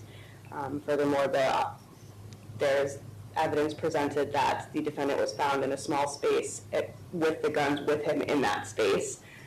So the state is confident that the evidence has met the burden to survive a Rule 29 motion on those charges as well. All right, based upon the testimony received and the applicable standard, I'm going to overrule the defendant's motion. Mr. Hinton, do you intend to present any evidence? We do not, Your Honor. All right. Mr. Washington, do you understand that you have the right to testify in this case if you want to? Got to verbally answer. Yes. You also understand that you have the constitutional right to not testify if you do not want to. Yes. And you further understand that if you do not testify, then nobody's permitted to comment on that decision. Yes. And it's your decision in consultation with Mr. Hinton that you do not wish to testify in this case? Yes. Okay. All right, then we'll get these jury instructions prepared, and we're going to go right into instruction and argument. Okay, thank you. Okay. Thank you, Your Honor. Bob, let me see you then. Yes, sir. Jury instructions.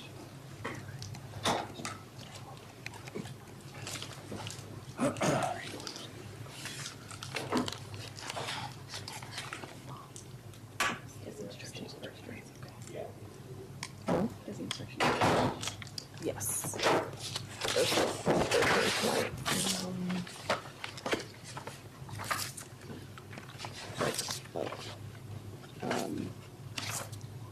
Yeah, page 10.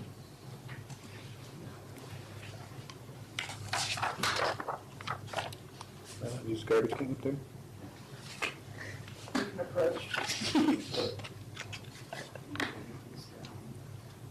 So I'm guessing the finals is going to be in red. Underlined.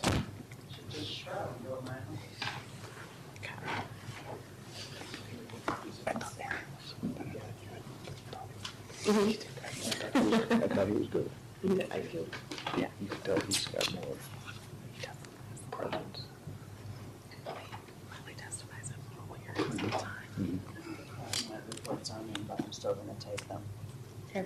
For like For not reference, if admitted, there's just because they were reading off of them, because I need them. Okay, we can have them. They won't go anywhere. We have- They just go in and not admitted. We have lots of copies.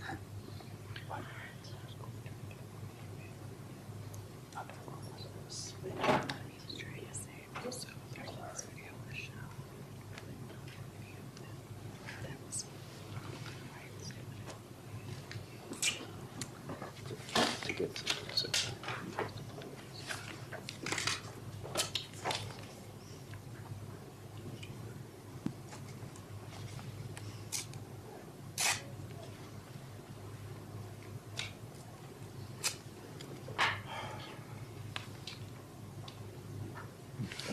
Yeah, okay.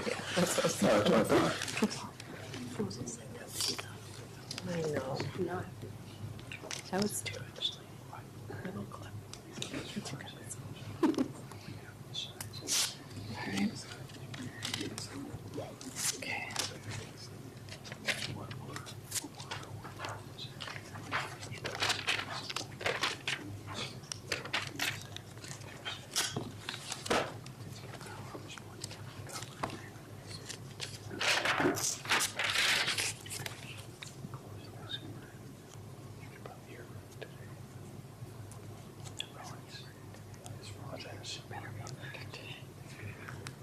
I'm saying, is there a workspace for me somewhere Oh, I yes. can get other stuff done? Yes, yes, yes. Is what I was inquiring. Oh, I thought you said something. No, I did say it, but there was more to it. There was. Yes. But I have my laptop in my hotspot, so. Yeah, there's a couple conference rooms. 3. You can have. Choose one. A space to work. It's joining the office. Moving in. Perfect. think I'm gonna be a professional table setter. So down. Hey, when we come back in, and Jerry comes back in, I'll ask you if you have any evidence. You can just say you're arrested, okay? Okay. And then, well, what about as far as a reading motion? Don't need to do it since you didn't put on. Okay. Thank you. It's not fair to just put his out like that. Sure. Gotta stand this is out. I'll show you. What's that? I'll tell you what I'm impressed with. Yeah. Since the last I was here, there was about 90,000 sidebar.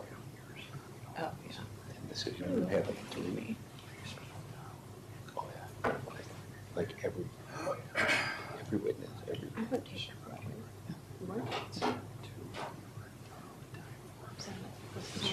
Who's going, who's going first? All right. She's almost done with the instructions.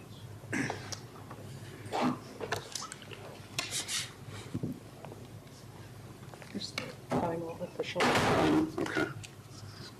So there's just change as far as on that, Just that he's not testifying. okay. And just all those red lines and. Yeah, that's all into it. accepted. It's a, Okay. I think this one would be, appreciate that, yeah.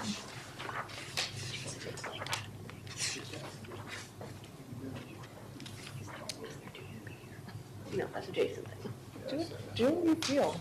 Do what you feel. See how it goes.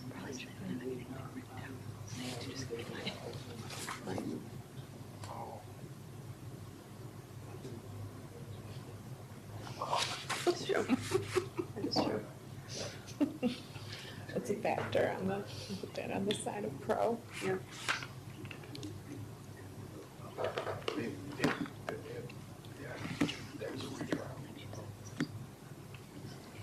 Yes.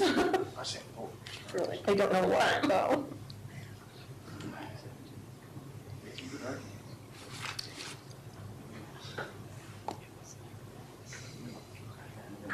I hope.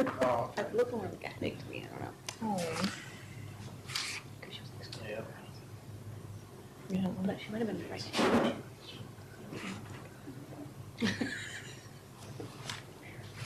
Okay.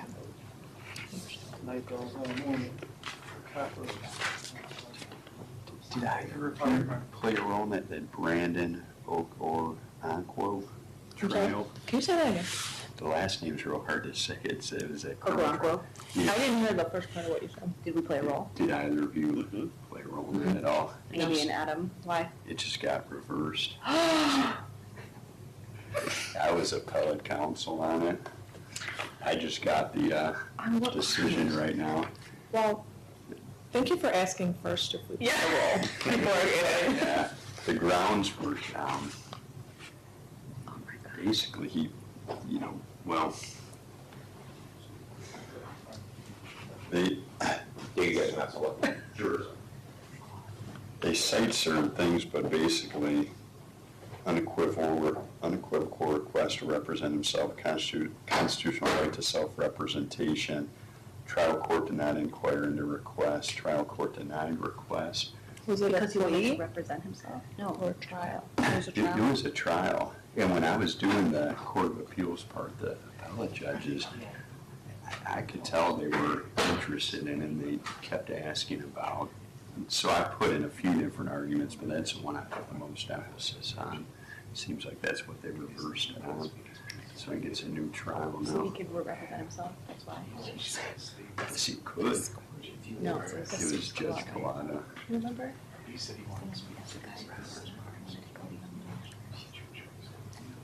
those.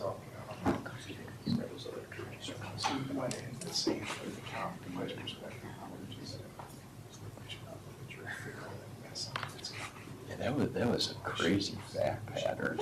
That's all. Yeah. That he wanted to go to Young Money Records to see Lil Wayne. Yeah. So the And he medicine kinda officer was looked like, all right, I'll him. take you, I'm gonna take you. And that those people were like pulling off thinking there was like a medical emergency and there was like scissors But yeah, involved. he carjacked somebody at Scissor Point. It was a weapon. Yeah. Yeah, it's horrifying. So I wonder if he'll choose to represent himself or not. Jim was his attorney. Yeah. And Jim had a hell of a time with him. It was, It'd be kind of, I mean, that'd be kind of ironic if he wins on appeal to represent himself and then on the retrial doesn't represent himself. Can you just use the first trial over again? Right, the other guy doing new trial, and I guess he'll have the choice how to do it. Just be kind of But- ironic if but he doesn't represent himself. though. but didn't he get acquitted of a couple of the counts?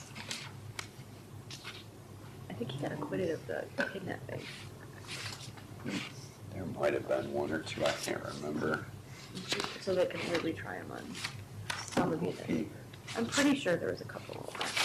Maybe some merged or got dismissed, I can't really remember.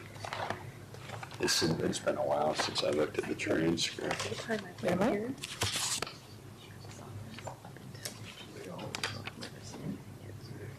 But I did two that day, and like a few weeks later, the decision came out on one but not the other, and it kind of got me thinking too.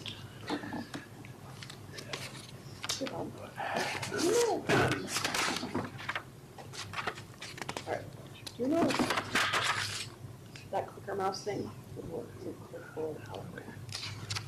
Probably not. No. I don't have a thing. Do you need a mouse? Do you need a mouse? Yeah, clicker. Oh. Should be your clicker. Should be your clicker. No, you won't know what one does. I'll just do it, I'll just stand right there with the computer, but, Maybe go up there, just stand and hold it for it. you know. I'm gonna be a professional trial tape sitter. Be a good retirement job. Yep. I take notes. Take notes. No, I don't wanna do that. That is the best job in the world. They do nothing. Because they do nothing. That's probably locking up right now. It's true. Think about it. You have to make an appointment to bring the evidence out. Everyone's probably listening. Yeah, that's fine. I don't care. But that's seriously the best job ever. You don't get to go again to do So why don't you do that? I'm not there yet. We're done with this. I know, but you can retire, I can't. You can. I'm dropped. but when you get there. I don't know. Is there a limit to how long you can be? 8 years. How many years am I? May I'll have 2 in. Oh, just started. That time. And I'll take the best of it. He is walked I might have to dig in the county if you want about it. Yeah.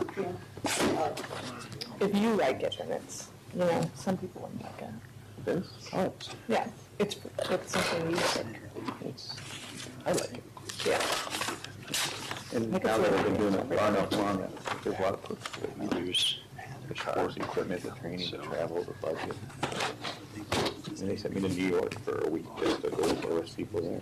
Yeah, there's two for each. Can you, do 8 years of them? Just can't, I can't work with my department anymore, I can't work task force now. 'Cause my task force is through the department. There's two counts for Could you get each. tired of it? I'll be too old.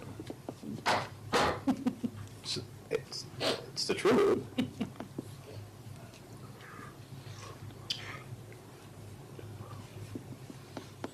Yeah, I always find funny the investigator's title, because they're not really investigating. They're not anymore. That's why it's the best gig around. I think the investigators at Cuyahoga do a lot. Jaga does a lot. I found out. I heard Jaga, prosecutor's office, that investigators that just do All right for the jury. sexual assault. They do sexual prosecution. Just take the police process out of it altogether. So, yeah. I think there's something to it because it's the term sexual assault. Victim's office to tell the story. They can tell it to the reporting officer, then they tell it to the detective. If it goes somewhere, then it goes to the prosecution. You gotta tell it again to them. It really turns them off to follow through. So, and we shouldn't be doing that. Because we've always done it, so we'll keep doing it because everybody's afraid of change. I don't do sexual assault. I have chances now.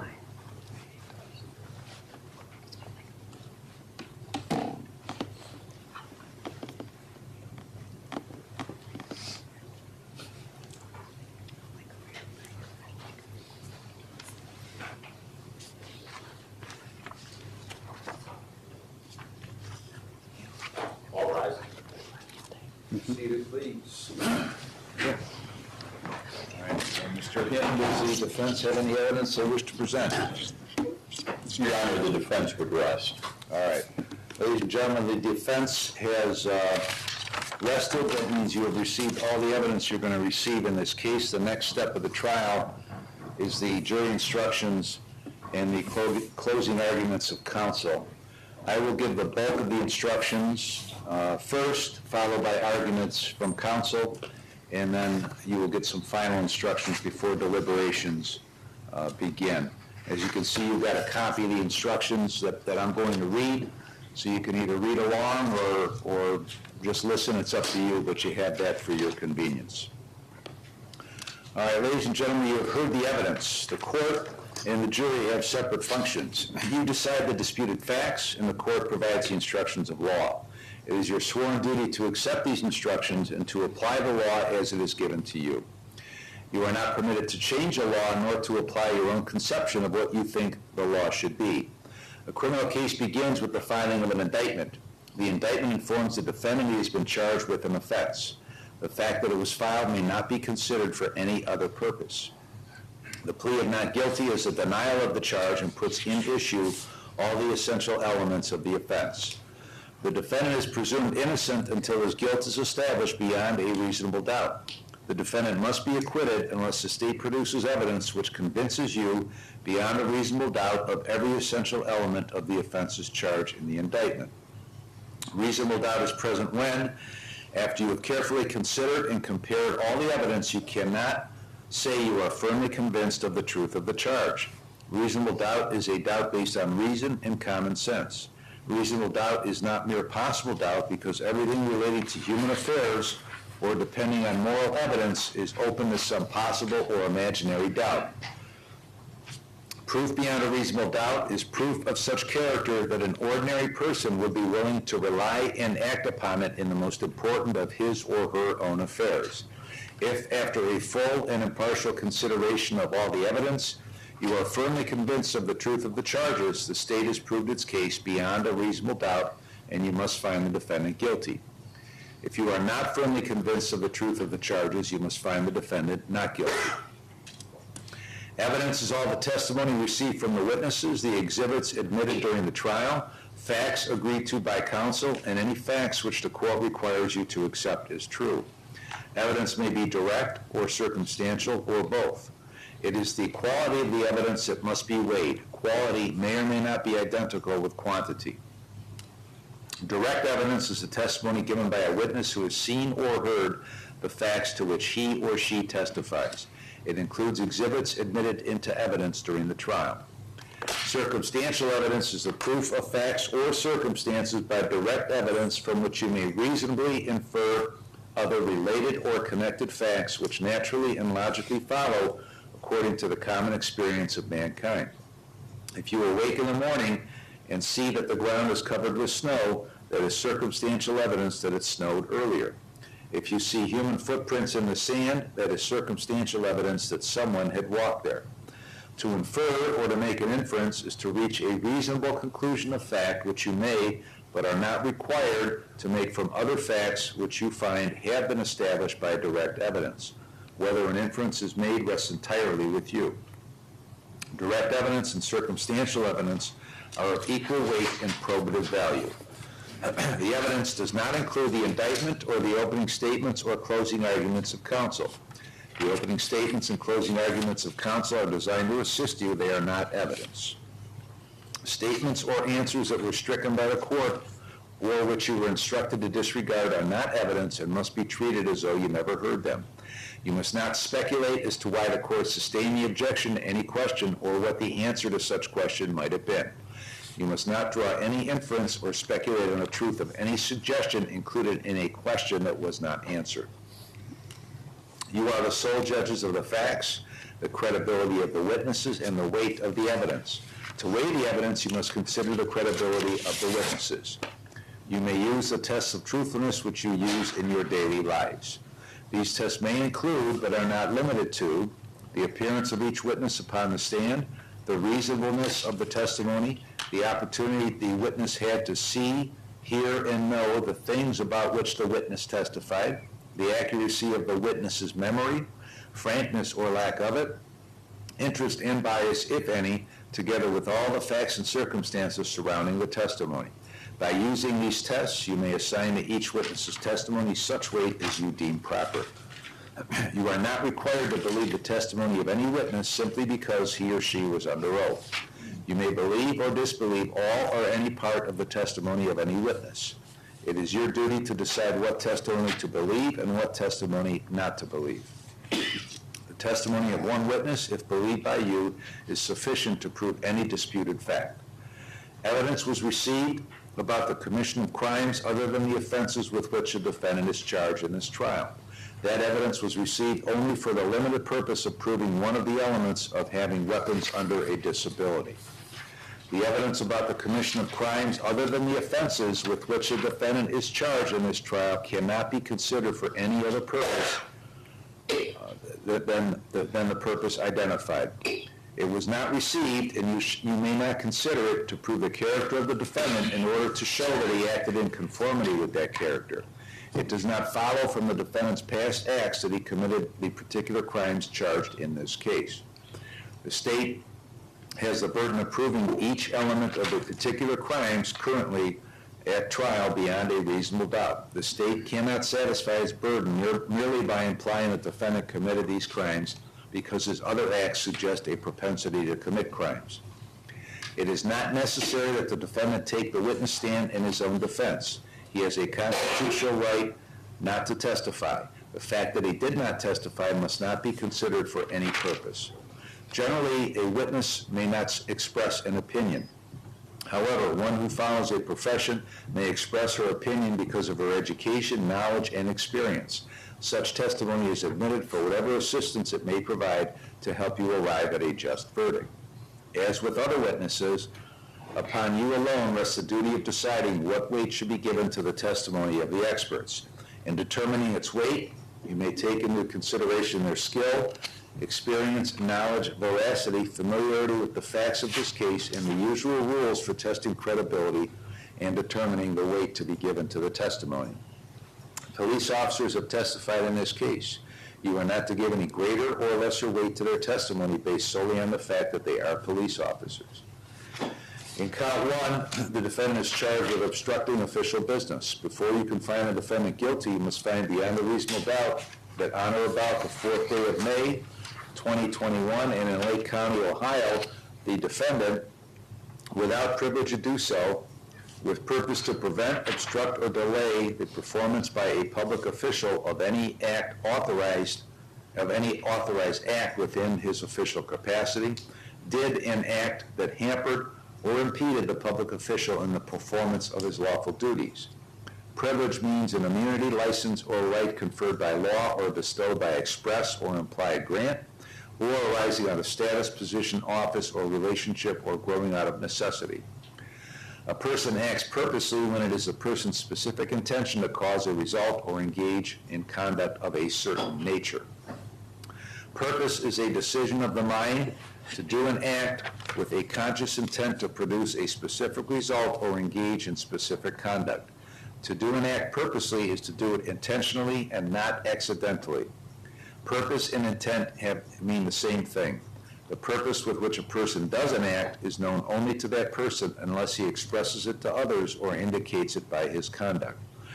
The purpose with which a person does an act or brings about the result is determined from the manner in which it is done, the means used, and other facts and circumstances in evidence. Public official means any elected or appointed officer or employee or agent of the state or any political subdivision thereof, whether in a temporary or permanent capacity, and including, without limitation, legislators, judges, and law enforcement officers. To hamper or impede means to do some affirmative act that disrupts, hinders, or stops the progress of the public official. Lawful duties means any act or acts that a public official is required by law to perform or is permitted by law to perform in good faith. In count two, the defendant is charged with having a weapon under disability. Before you can find the defendant guilty, you must find beyond a reasonable doubt that on or about the 6th day of September 2022 and in Lake County, Ohio, the defendant knowingly acquired or had a firearm, and the defendant was a fugitive from justice. A person acts knowingly, regardless of purpose, when the person is aware that the person's conduct will probably cause a certain result or be of a certain nature. A person has knowledge of circumstances when the person is aware that such circumstances probably exist. Because you cannot look into the mind of another, knowledge is determined from all the facts and circumstances and evidence. Had means possessed. Possession is a voluntary act if the possessor knowingly procured or received the firearm or was aware of his control thereof for a sufficient period of time to have ended his possession. A person has possession when he knows that he has the object on or about his person or property or places it where it is accessible to his use or direction, and he has the ability to direct or control its use. Two or more persons may have possession if together they have the ability to control the object exclusive of others. Ownership is not necessary. A person may possess or control property belonging to another. Firearm means any deadly weapon capable of expelling or propelling one or more projectiles by the action of an explosive or combustible propellant. Firearm includes an unloaded firearm and any firearm that is inoperable but that can be readily rendered operable. The defendant stipulates that the firearm, the Smith & Wesson revolver recovered by the Willoughby Police Department on September 6, 2022, was test-fired by Rebecca Silverstein Gross of the Lake County Crime Laboratory and is an operable firearm. Deadly weapon means any instrument, device, or thing capable of inflicting death and designed or specifically adapted for use as a weapon or possessed, carried, or used as a weapon. Fugitive from justice means any person who is suspected of or has been convicted of a crime, is aware he is being sought by law enforcement in connection with that offense, and took some affirmative action to elude detection by law enforcement. If your verdict is guilty of having a weapon while under disability, you will separately decide whether the state proved beyond a reasonable doubt that the defendant had a firearm on or about his person or under his control while committing the offense of having a weapon while under disability. The terms firearm and deadly weapon have the same meanings as above. On or about his person or under his control means a firearm was on the defendant's person or so near the defendant as to be conveniently accessible and within the defendant's immediate physical reach. In count 3, the defendant is charged with having a weapon under disability. Before you can find the defendant guilty, you must find beyond a reasonable doubt that on or about the 6th day of September 2022 and in Lake County, Ohio, the defendant knowingly acquired or had a firearm, and the defendant previously had been convicted of a felony offense of violence that prohibited from acquiring, having, carrying, or using a firearm. The terms knowingly, had, possession, firearm, and deadly weapon have the same definitions as in count 2. The defendant stipulates that the firearm, the Smith & Wesson revolver, recovered by the Willoughby Police Department on September 6, 2022, was test-fired by Rebecca Silverstein Gross of the Lake County Crime Laboratory and is an operable firearm. The defendant stipulates that he was previously convicted of an offense that prohibited him from acquiring or having a firearm. The state must still prove beyond a reasonable doubt that the defendant knowingly acquired or had a firearm at the time of the offense alleged in the indictment. If your verdict is guilty of having a weapon while under disability, you will separately decide whether the state proved beyond a reasonable doubt that the defendant had a firearm on or about his person or under his control while committing the offense of having a weapon while under disability. The terms firearm, deadly weapon, and on or about his person or under his control have the same meanings as above. In count 4, the defendant is charged with having a weapon while under disability. Before you can find the defendant guilty, you must find beyond a reasonable doubt that on or about the 6th day of September 2022 and in Lake County, Ohio, the defendant knowingly acquired or had a firearm and the defendant was a fugitive from justice. The terms knowingly, had, possessed, firearm, deadly weapon, and fugitive from justice have the same meaning as in count 2. The defendant stipulates that the firearm, the Luger 9mm pistol, recovered by the Willoughby Police Department on September 6, 2022, was test fired by Rebecca Silverstein Gross of the Lake County Crime Laboratory and is an operable firearm. If your verdict is guilty of having a weapon while under disability, you will separately decide whether the state proved beyond a reasonable doubt that the defendant had a firearm on or about his person or under his control while committing the offense of having a weapon while under disability. The terms firearm, deadly weapon, and on or about his person or under his control have the same meanings as above. In count 5, the defendant is charged with having a weapon while under disability. Before you can find the defendant guilty, you must find beyond a reasonable doubt that on or about the 6th day of September 2022 and in Lake County, Ohio, the defendant knowingly acquired or had a firearm, and the defendant previously had been convicted of a felony offense of violence that prohibited him from acquiring, having, carrying, or using a firearm. The terms knowingly, had, possession, firearm, and deadly weapon have the same definitions as in count 2. The defendant stipulates that the firearm, the Luger 9mm pistol, recovered by the Willoughby Police Department on September 6, 2022, was test fired by Rebecca Silverstein Gross of the Lake County Crime Laboratory and is an operable firearm. The defendant stipulates he was previously convicted of an offense that prohibited him from acquiring or having a firearm. The state must still prove beyond a reasonable doubt that the defendant knowingly acquired or had a firearm at the time of the offense alleged in the indictment. If your verdict is guilty of having a weapon while under disability, you will separately decide whether the state proved beyond a reasonable doubt that the defendant had a firearm on or about his person or under his control while committing the offense of having a weapon under disability. The terms firearm, deadly weapon, and on or about his person or under his control have the same meanings as above. If you find the state proved beyond a reasonable doubt all the essential elements of any one or more of the offenses charged in the separate counts in the indictment, your verdict must be guilty as to such offense or offenses according to your findings. If you find the state failed to prove beyond a reasonable doubt any one of the essential elements of any one or more of the offenses charged in the separate counts in the indictment, your verdict must be not guilty as to such offense or offenses according to your findings. The charges set forth in each count in the indictment constitute a separate and distinct matter. You must consider each count and the evidence applicable to each count separately, and you must state your finding as to each count uninfluenced by your verdict as to any other count.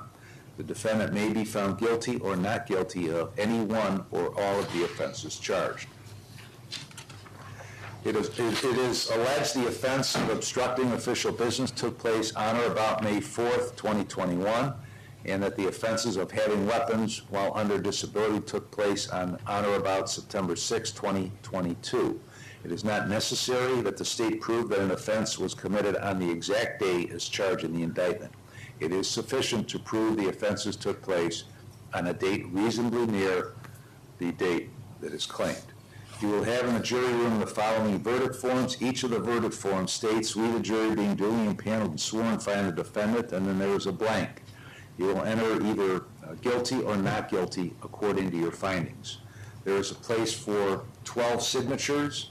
Your verdict must be unanimous, and all of you must sign the verdict form in ink, and furthermore, there's a signature line for each of your juror numbers. You must sign according to your corresponding jury number. Counsel will now present their closing arguments, and I want to remind you that closing arguments of counsel are not evidence. They are designed to assist you. The state of Ohio will go first, followed by the defense, and the state of Ohio will have one last opportunity to address you since they have the burden of proof. Ms. Ronick? Thank you, Your Honor.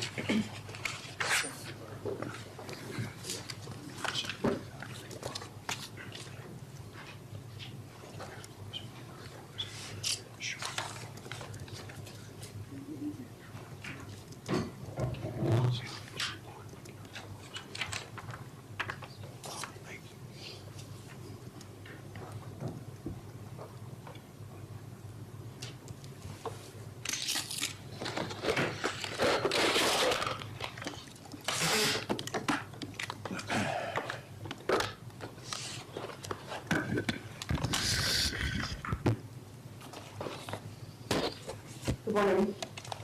I want to start off by thanking each and every one of you for your attention the last couple of days. I know it's a sacrifice for each of you to be here, and I do appreciate your attention and the attention that you will continue to give to this case while you're deliberating.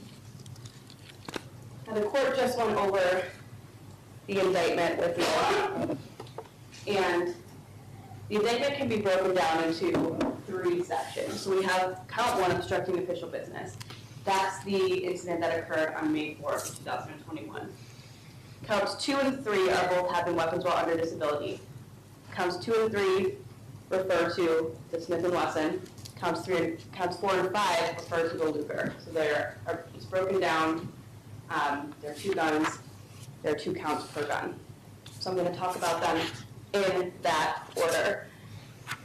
So obstructing official business, the definition for this is a little bit convoluted. On or about May 4th, 2021 in Lake County, Martin, Washington, and then without privilege to do so and with purpose to prevent, obstruct or delay the performance by a public official, then the authorized act within his official capacity did an act that hampered or impeded that public official in the performance of his lawful duties. I find it easiest to break these elements down and kind of look at it backwards. So before we get to the crux of the case, the first 3 elements are the date on May 4th, 2021, the location in Lake County, Ohio, and that the defendant, Martin Washington, was the one who committed the offense. None of these elements are really in dispute. Officer Heaton testified to the date that the incident at the hotel happened. He testified where the Econo Lodge / Quality Inn is located in Wickliffe, Lake County, Ohio.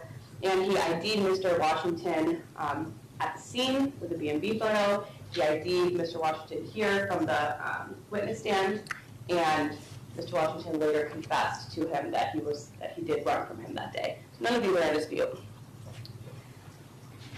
Then we take the elements, the core elements of the crime. And so I find that it makes more sense to think of it this way. So first we have that Mr. Washington had to have committed an act that hampered or impeded a public official in the performance of his lawful duties. Then we can look at, and he did that without privilege to do so and with that purpose to prevent, obstruct, or delay.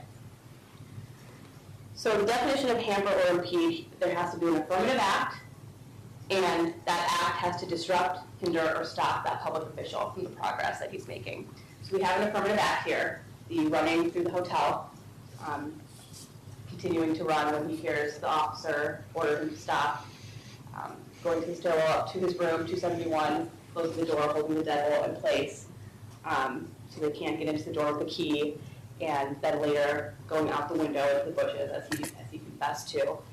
That's an affirmative act, and that act disrupted Officer Heaton, hindered Officer Heaton, stopped him from being able to apprehend the defendant. A public official, there's a long definition of public officials, but a law enforcement officer is a public official, and Officer Heaton is a law enforcement officer. And then he was trying to conduct his lawful duties. He testified that part of his duties are to serve arrest warrants on individuals, arrest individuals where they have active warrants. And that's what he was attempting to do on May 4th, 2021, and the defendant committed an act that disrupted and hindered him from doing that lawful duty. Then we look at that the defendant had to have done so without privilege and with the purpose to prevent, obstruct, or delay Officer Heaton. So privilege, there's a long definition for privilege, but basically the defendant didn't have a right to do what he did. He wasn't lawfully able to stop Officer Heaton from arresting him from that arrest warrant, and he wasn't. Purpose basically means a specific intent to cause a certain result. So it had to have been Martin Washington's specific intent to specific intent to prevent, obstruct, or delay.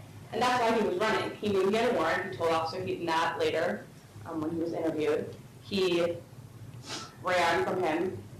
He hid from him. He kept the door locked. He hid in the bushes. His purpose was to prevent himself from being arrested. And that's exactly what Officer Heaton was trying to do. So count 1, the evidence is fairly clear in count 1 that the defendant is guilty of obstructing official business. So then we move on to the weapons, and this incident is the incident that happened on September 6th of 2022. Having weapons while under disability, all 4 counts have the same first 3 elements. The date, September 6th, 2022, the location, Lake County, Ohio, and that it was Martin, Washington. And again, none of these are in dispute. Everyone testified to the date, the officers testified to the date that this happened. It happened in Lost Nation Road Apartments, Lake County, Ohio. And you saw Mr. Washington on the video. You heard him being identified by the officers present. So none of these are really in dispute. So count 2, of having weapons while under disability, we have to prove that the defendant knowingly acquired or had a firearm and he was a fugitive from justice at the time. And count 2 is dealing again with the Smith & Wesson revolver. A person does something knowingly if they are aware that the person's conduct will probably cause a certain result, or they're aware that such circumstances probably exist. So Martin Washington had to have been aware that his conduct would have caused him to possess that firearm, or that aware of the circumstances surrounding that. Had is to possess. And a person has possession when he knows that he has the object on or about his person, or puts it where it's accessible to him.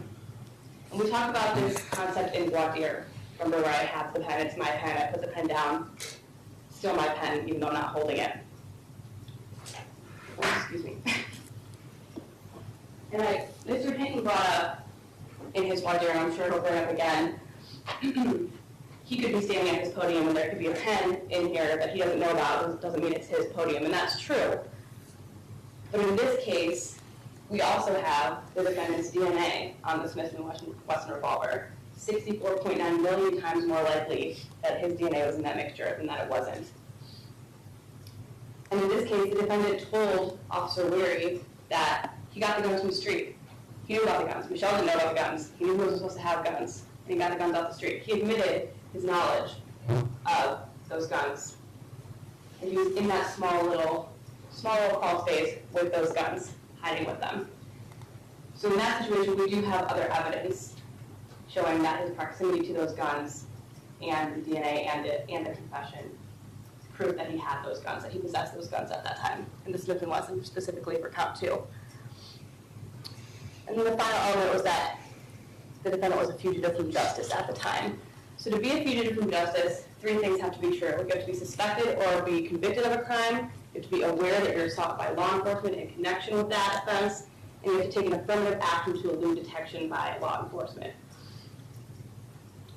The defendant, you heard testimony from Parole Officer Kayla Ward that he had an active adult parole authority warrant. You heard testimony by Officer Heaton that he had an active warrant out of Wycliffe for the obstructing official business. That happened back on May 4th, 2021. So that first prong is met. We know that the defendant was aware that he was being sought by law enforcement in connection with both those offenses. We know because he told Kayla Ward on the phone, I know you're going to issue a warrant for me. It's nice to meet you, very nice, but I'm leaving. So we know he knew about that warrant. And he ran through with the police department on May 4th, 2021. And he hid in the bushes. He admitted that he had done that. And then he hid from the task force when they went to go arrest him. The action that he took to evade was he was found hiding behind a fake wall in a closet, stuffed under a furnace. So it's clear also from the evidence that the defendant was a fugitive from justice at the time that he possessed that Smith & Wesson revolver.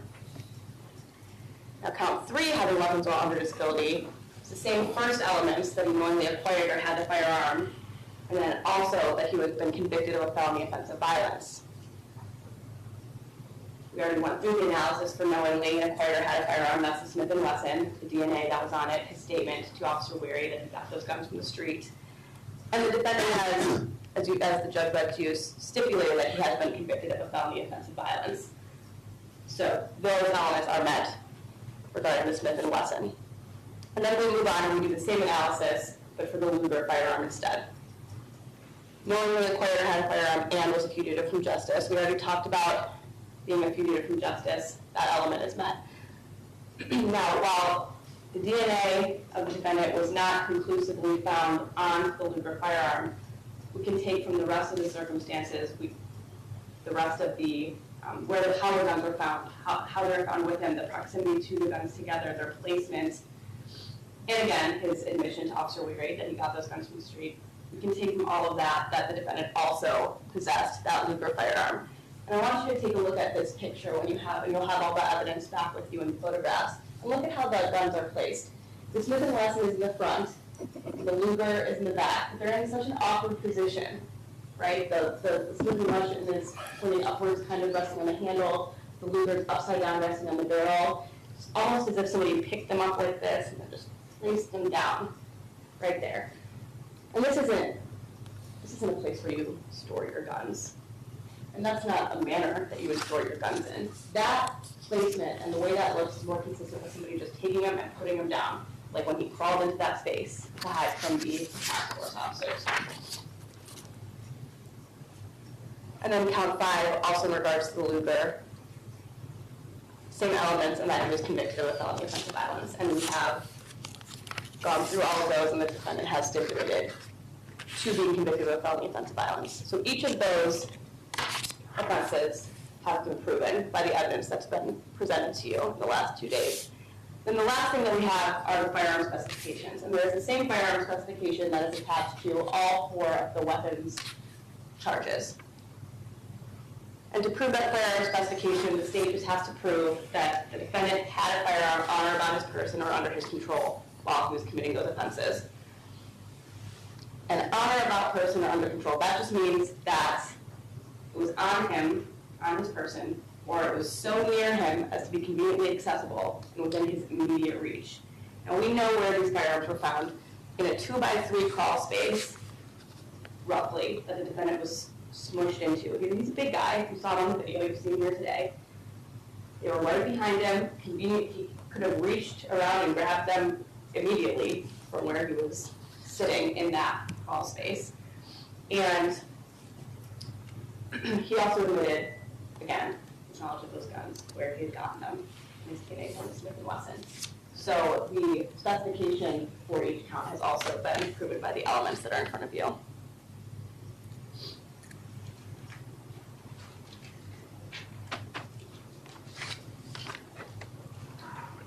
Ladies and gentlemen, I'm confident that when you take the evidence that has been admitted and you look at everything, you look at the photographs, you think about the testimony that you heard from Officer Weary, from Dr. Karen Zavarella about DNA, that you will find the defendant is guilty on all counts.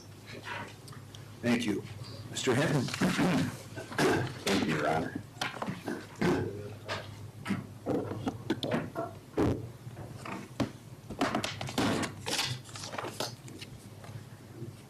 Good morning, ladies and gentlemen. Myself and Mr. Washington would also like to thank you for your service in these last couple days. We truly appreciate it. As far as this case goes, the state is right on the name of bring up the coding thing. I think it's a good example of what happened in this situation. Now, in talking about that, in jury selection, and right now it reminds me of a story that happened not too long ago. I was representing a different individual in a different case. It was an OPI charge, a misdemeanor. It was out in Chardon Municipal Court. And it was an individual whom I've helped in the past. In other things, civil things, didn't have any other criminal offenses. We were set for our first pre-trial, and with an OPI, automatically, in some situations, your license is suspended initially, and the first pre-trial was set pretty soon after the arrest of this individual, so we didn't have a license.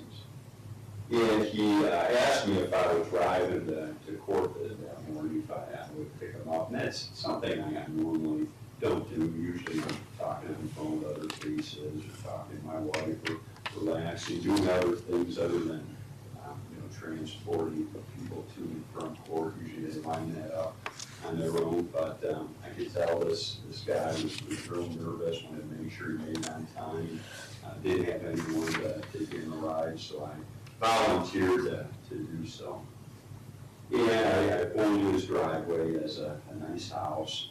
As far as I knew, he was a good guy, good job, everything else, but he gets into my car and I smell something.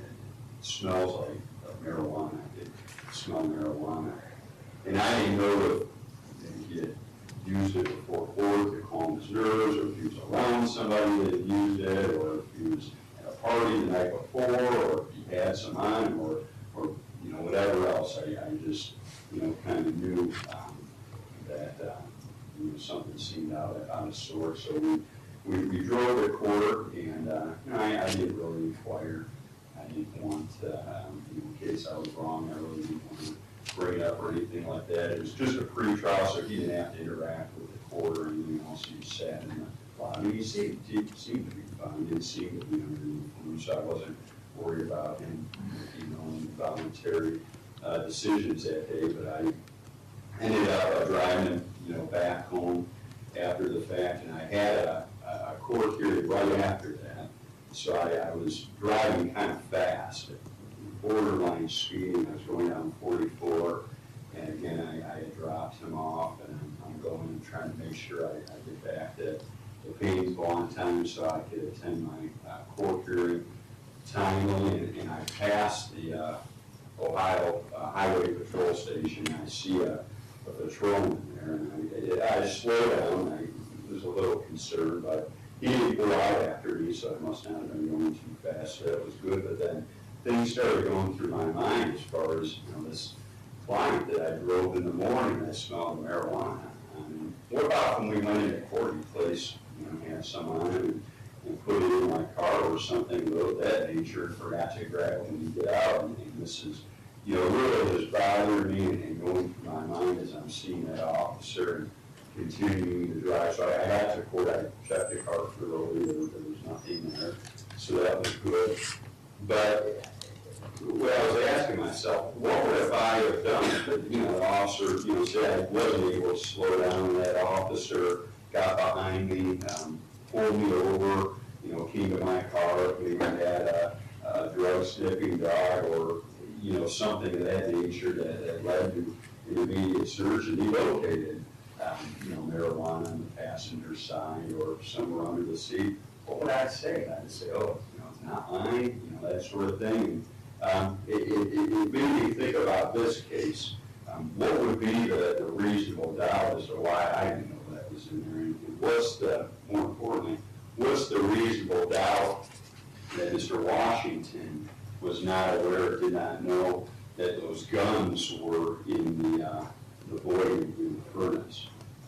Now, the first thing I want to bring to your attention is, and this was the last officer that testified, the last witness, he was clear that this was not, based on his testimony, this was not Mr. Washington's residence. He went over to the leasing office and he checked to see who resided there. And according to that officer's testimony, it was Michelle's mother, and he listed her name. So again, this isn't Mr. Washington's residence. Now, remember the video that we watched and the various pictures and the conversation and the testimony that he had about that void. And to me, it was clear that this was dark, that this was a dark area. The officers all had flashlights and things like that to look under. Now, one of the officers yesterday indicated that he, you know, somehow saw the firearm without a light. But he also testified that he had a light affixed to his firearm. I assume he was first looking at the void. He didn't know how big it was or if other people were in there. So arguably he had his firearm pointed in that direction. So I think it's just a situation of maybe not remembering things exactly how they happened, whatever else. It's a minor detail, happened a long time ago. I'm not faulting the officer. I think the fact that The video demonstrates a flashlight very clearly, the pictures demonstrate a flashlight very clearly. To me, it's pretty straightforward that this was a dark void that set up the situation a little more. The dark void that Mr. Martin, kind of in the heat of the moment, wouldn't necessarily see those firearms in there. Now, I know in some of the pictures, it's easier to see those firearms, and that's why I spent so much time and put such an emphasis on the fact that those pictures were taken after pieces of the furnace had been removed. So had that piece, been on top, you wouldn't have been able to see those guns so clearly. When Mr. Washington entered that space under the furnace, it was put together. There weren't pieces missing. So again, it's dark and there's that piece. And remember, this is not his home.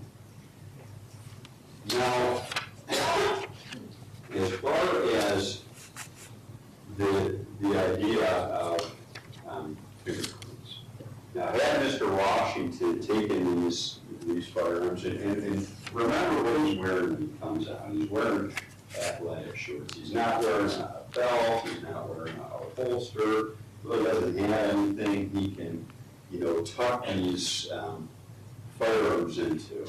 So it doesn't seem to make a whole lot of sense that as the officer is knocking on the door, Mr. Martin had these guns tucked in his pajamas or his athletic shorts or whatnot.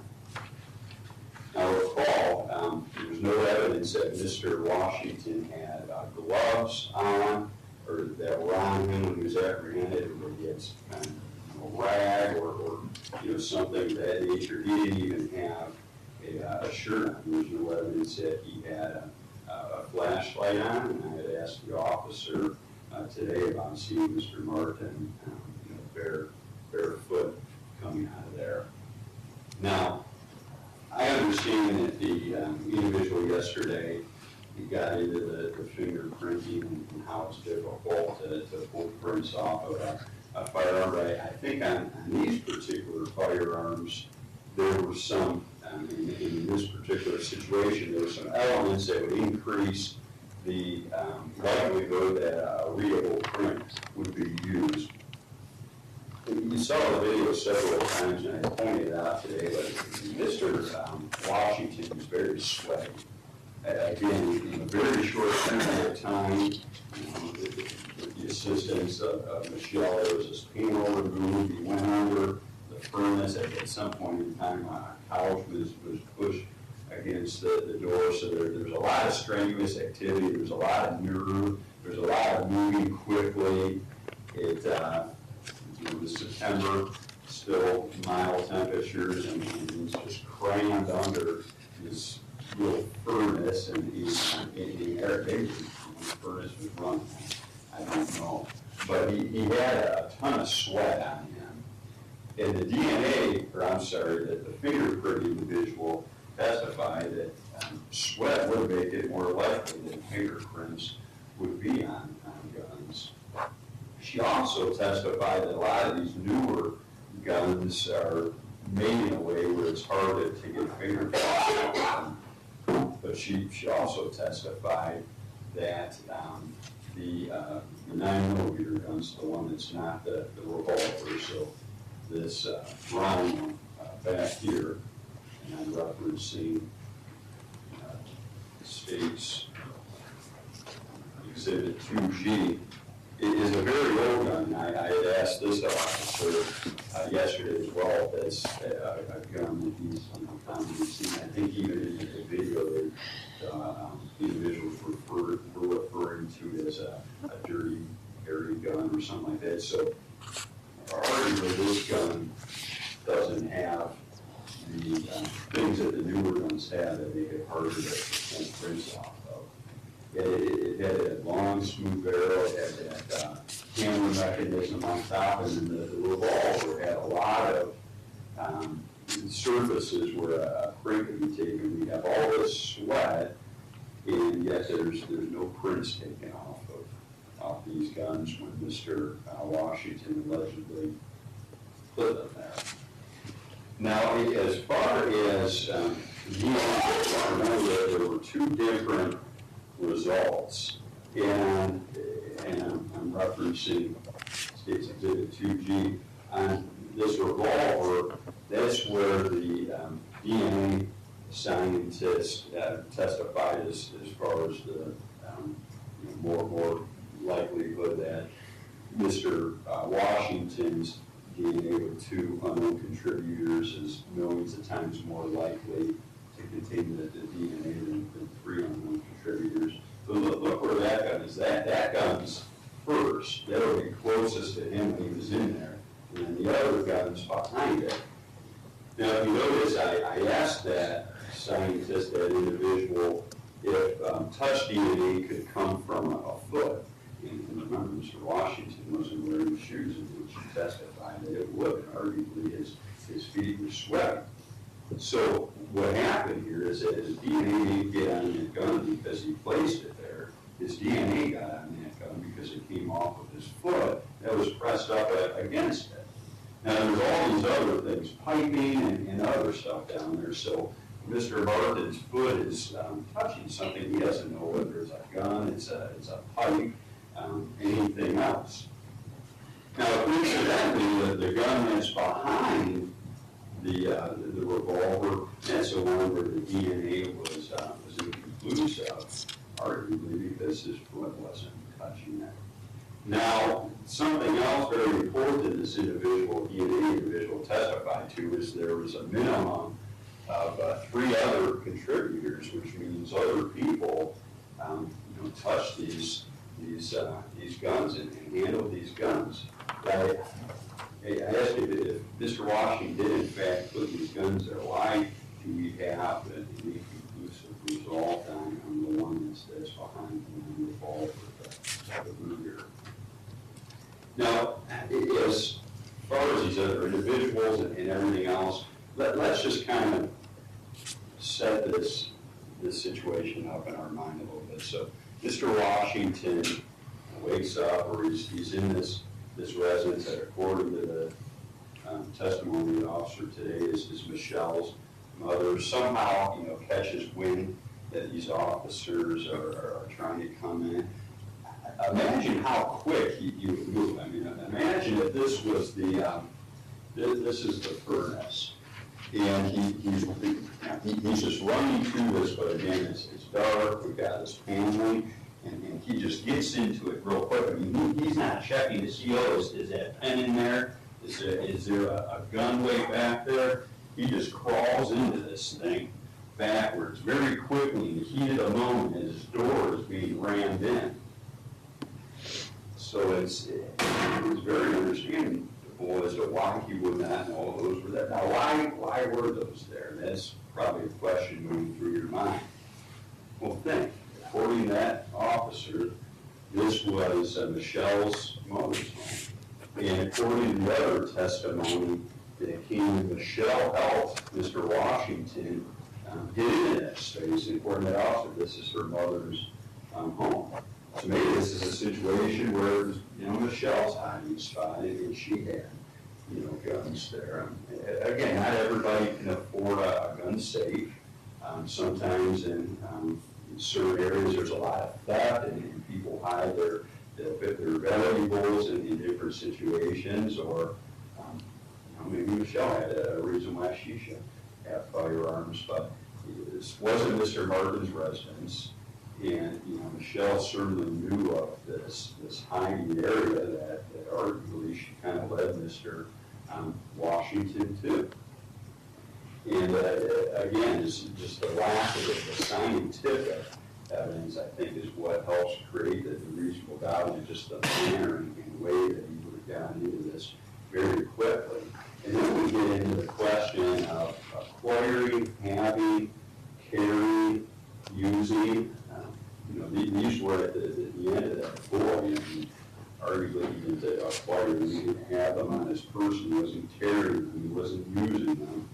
As far as the gun specification goes, were these accessible to him?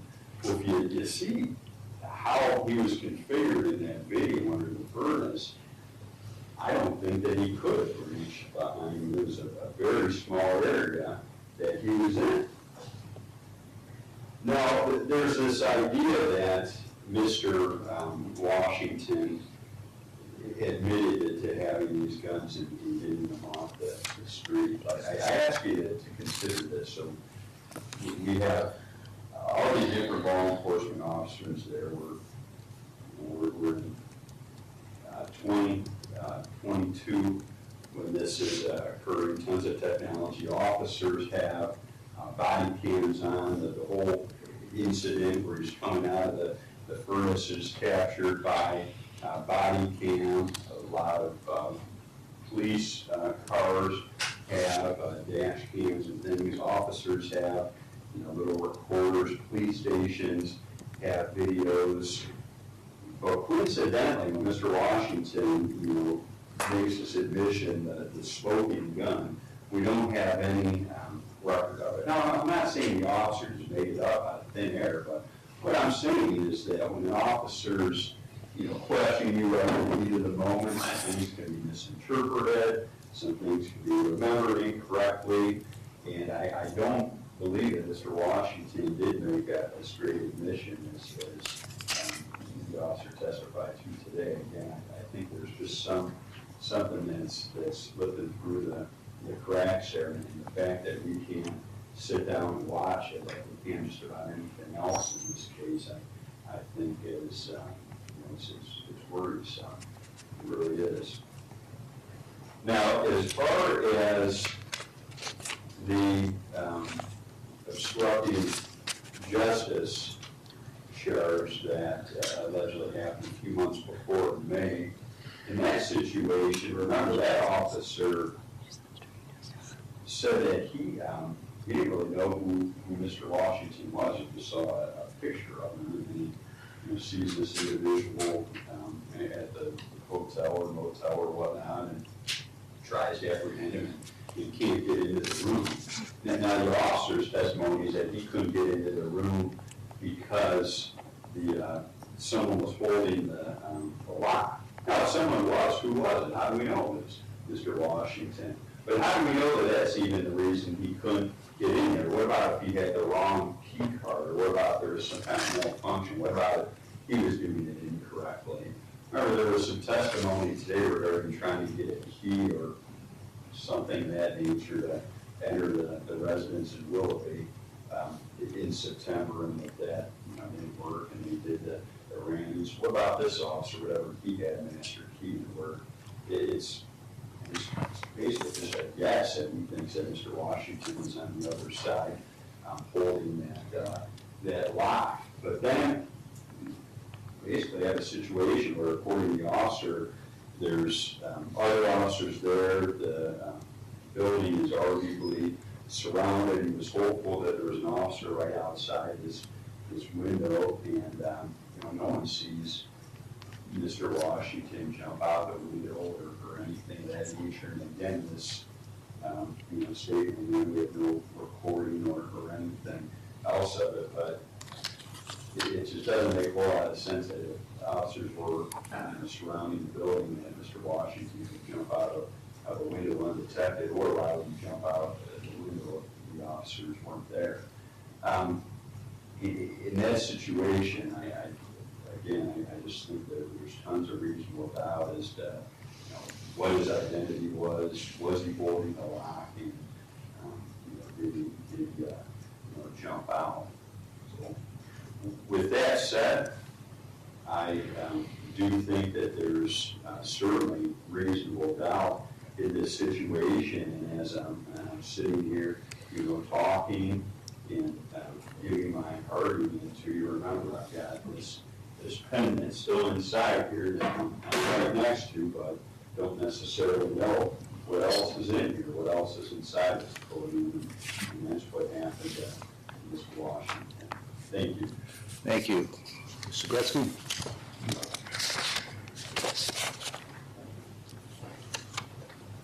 Well, ladies and gentlemen, I'm not going to tell you any stories. I'm not going to talk about things that you didn't take your time and spend your attention paying attention to these last few days. I'm going to talk about the evidence, because that is what you need to make a determination of.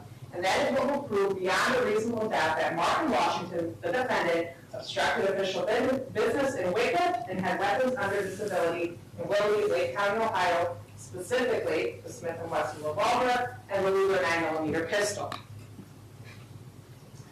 We're not going to spend time talking about stories where there is no DNA or where the owner themselves doesn't say, oh, the other person didn't have it.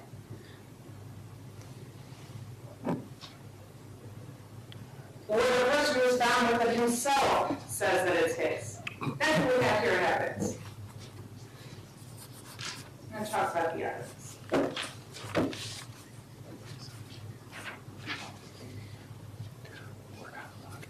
We've heard from Patrolman Keaton that he knows who ran from him. He pointed to the person that ran from him. He pointed to him in the courtroom.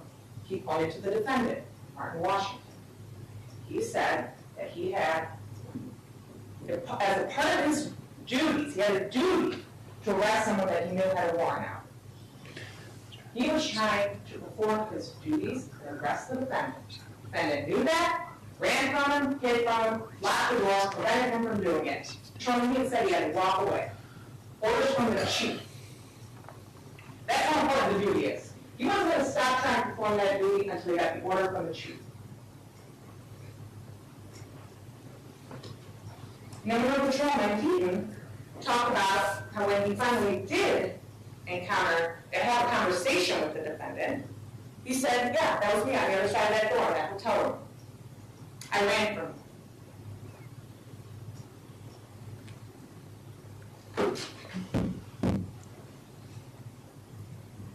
The evidence from Rebecca Silverstein-Rose as to sweat and what factor it had, and so much discussion about sweat, she said sweat is a factor to make it more likely for fingerprints to be there.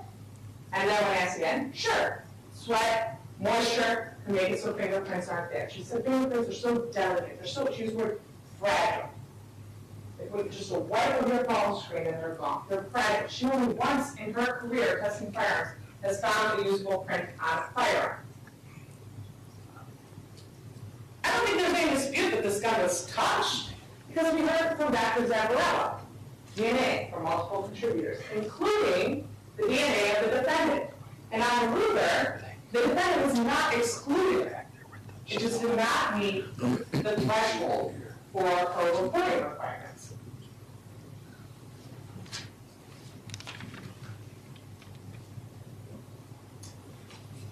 Evidence. Why were those there? Very beginning of jury selection, we were asked many questions to ensure that you could be fair and impartial. We took an oath to do so. One of the things that was addressed was collateral matters. Well, why? Why were the guns there? Well, the state doesn't have to prove beyond a reasonable doubt why the guns were there. The state has to prove that the defendant knowingly had those guns in there. I can tell you, those guns were there because he was hiding them. Because hiding worked from him. It worked for him in Wycliffe. He didn't plan on getting caught that day. He was hiding. So what else is he going to hide? The guns that he knows he's not allowed to have. They're sitting in the room the night before. We heard the testimony that Michelle said they moved the couch the night before. We heard testimony from Mr. Weir, the parole officer who spoke to the defendant, that he was conducting surveillance, and at some point he had an interaction with the defendant's girlfriend where she saw him. She knew surveillance was going on. Heavily tinted SUV. So the night before, they barricade the door with the couch. They know they're coming. The defendant wants to make sure that they don't get a hold of two things. His guns. Why? Because they're his. He's not supposed to have them. And the defendant wants DNA on them. And he wants to make sure that they don't get him.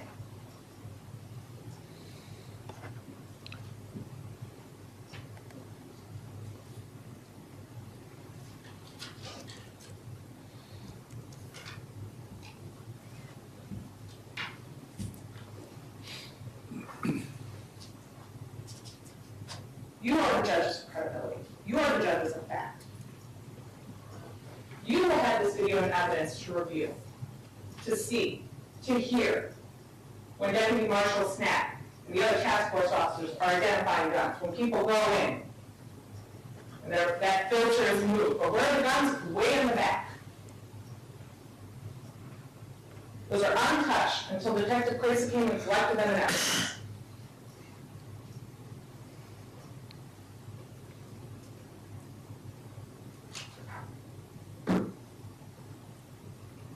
You are the judge of credibility when Parole Officer Weary testified. Defendant said they were his. He got him off the streets. He got him off the streets because that's where he had to get them because he wasn't allowed to purchase them. He wasn't allowed to have them. And when the law was coming, he didn't want the law to know that he had them either. So he was going to hide them where he hid. He tried to hide it. The state's case has brought it forward to you. Show me what was in that 2x3 space, in that void. The defendant and the guns he shouldn't have had. Ask that you convict him of all counts. All right, thank you. All right, you can, if you want to follow along, pick back up on page 10 of the jury instructions, or concluding instructions.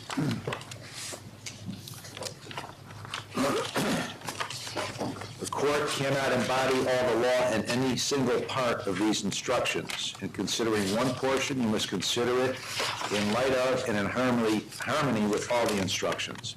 The court has instructed you on all the law necessary for your deliberations. Whether or not certain instructions are applicable may depend upon the conclusions you reach on the facts.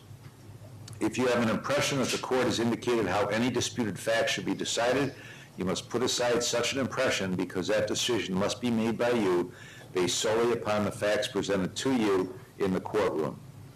You may not discuss or consider the subject of punishment.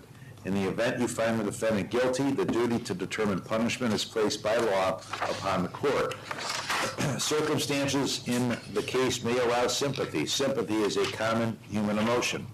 The law does not expect you to be free of such normal reactions. However, the law and your oath as jurors require you to disregard sympathy and not to permit it to influence your verdict. You must not be influenced by any consideration of sympathy or prejudice. It is your duty to carefully weigh the evidence, to decide all disputed questions of fact, to apply the instructions of the court to your findings, and to render your verdict accordingly. In fulfilling your duty, your efforts must be to arrive at a just verdict. Consider all the evidence and make your finding with intelligence and impartiality and without bias, sympathy, or prejudice so the state and the defendant will feel their case was fairly and impartially tried. If during the course of the trial the court said or did anything you consider an indication of the court's view on the facts, you are instructed to disregard it. When you go to the jury room, your first function will be to select one of your number to serve as a foreperson. The person you select to preside over your deliberations does not have any greater power, nor does that person's vote have any more importance than any other jurors. He or she serves the purpose of helping to conduct your deliberations in an orderly manner and to give each of you the opportunity to express your opinion. One additional duty of the foreperson is to see to it that the verdict forms and any exhibits are returned to the court after you have reached a verdict. If you took notes during the trial, you may take your notes to the jury room. The fact that the notes taken by a juror support his or her recollection in no way makes his or her memory more reliable than that of other jurors who do not take notes. All notes will be returned to the bailiff for destruction when the jury is discharged. The court will place in your possession the exhibits as well as a copy of the jury instruction and verdict forms. The foreperson will retain possession of these records, including the verdict, and return them to the courtroom. The foreperson will see that your discussions are orderly and that each of you has the opportunity to discuss the case and to cast his or her vote. Otherwise, the authority of the foreperson is the same as any other juror. Until your verdict is announced in open court, you are not to disclose to anyone else the status of your deliberations or the nature of your verdict. Your initial conduct upon entering the jury room is a matter of importance.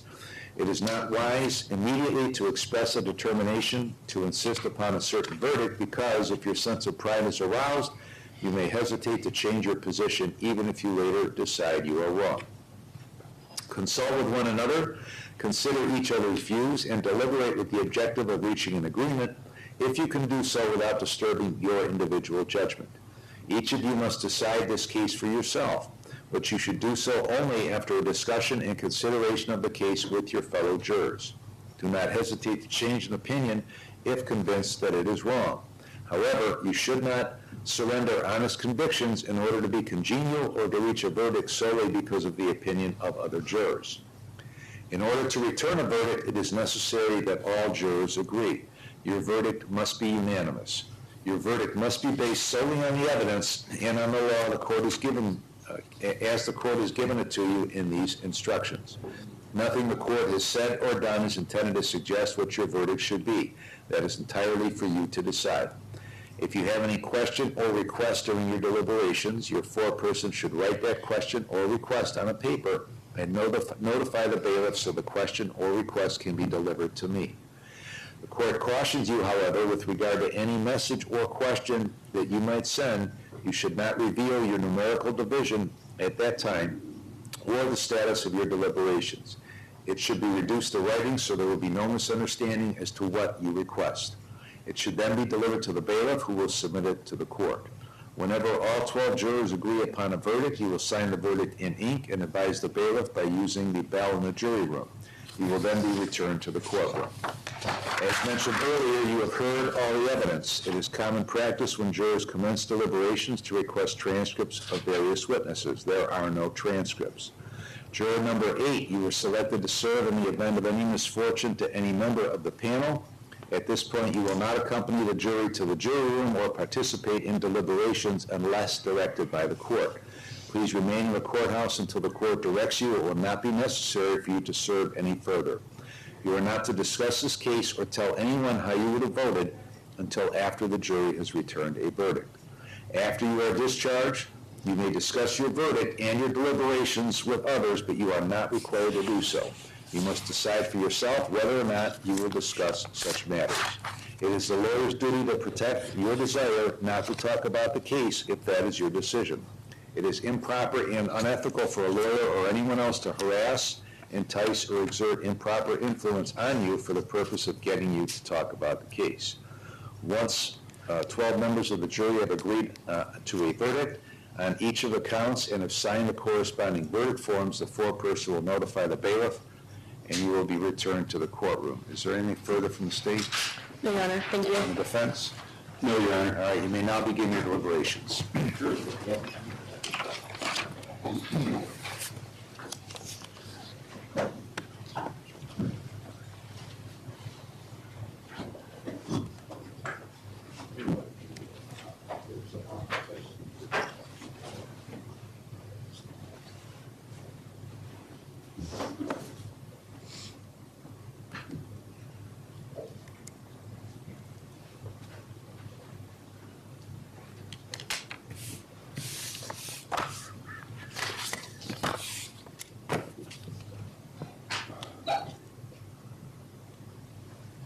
All right, anything else for the record? No, Your Honor, thank you. Defense? No, Your Honor.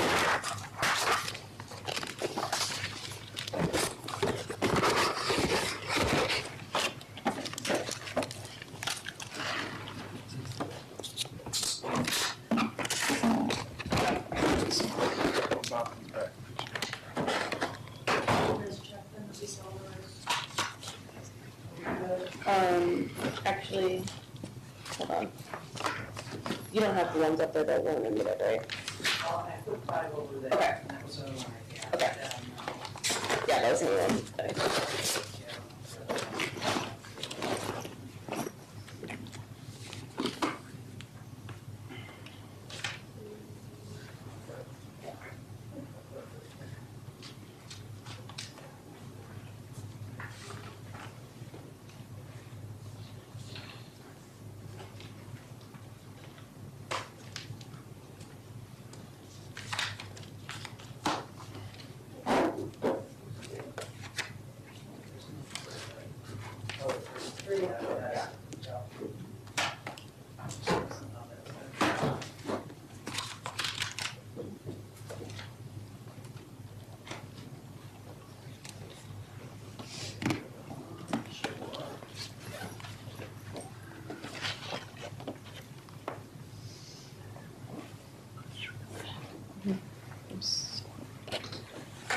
I don't know if it's there, so.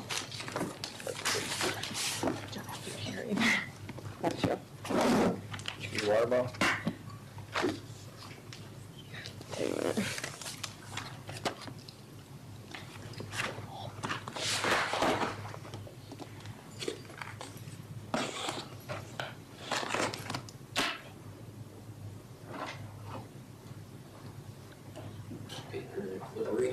You want the evidence? Yes. All right, I wasn't sure if they were gonna go to lunch or what they wanted to do.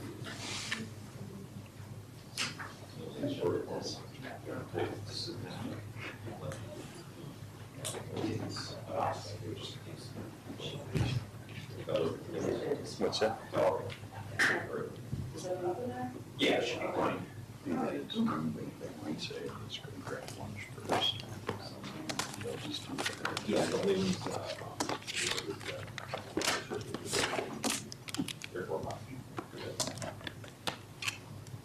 Sorry. You guys are- You take that with you? Awesome. Oh, I got 13, I was 13. You gonna hold the lid for me? Is it the?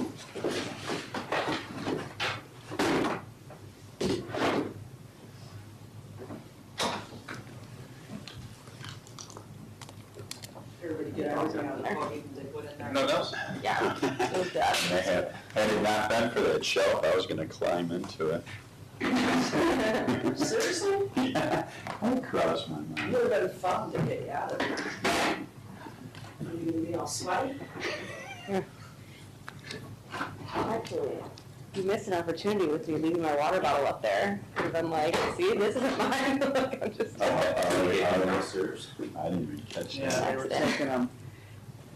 Whether he's down or not, but they were taking. Just found out. Shoes. All right. One Coke bar. Yeah. No. I don't know. I'm just so hungry.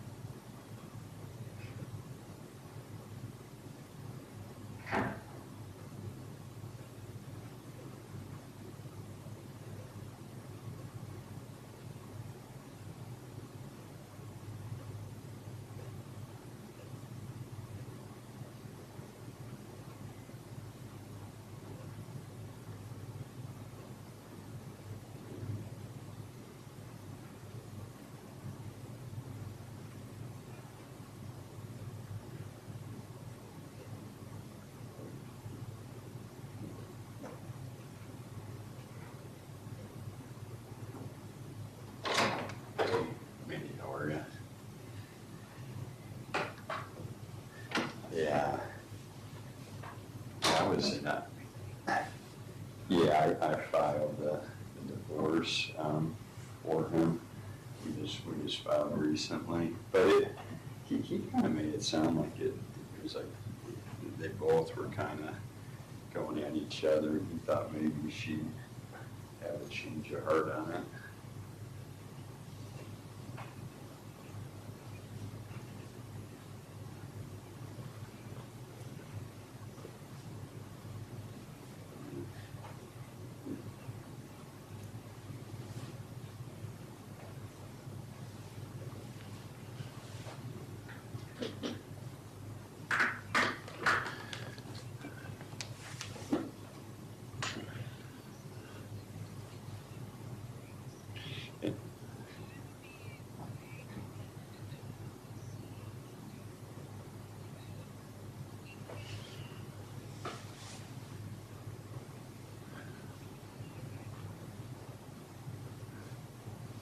Okay, yeah, that shouldn't be a problem. She's good with that? Okay, you think we can get the judge on board with that?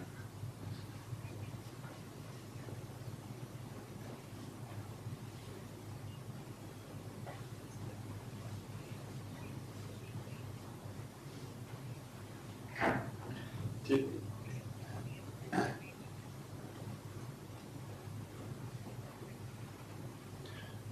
did you send me discovery on it? If you didn't, why don't you? Because I'm sure I'll. Okay. Okay, and then.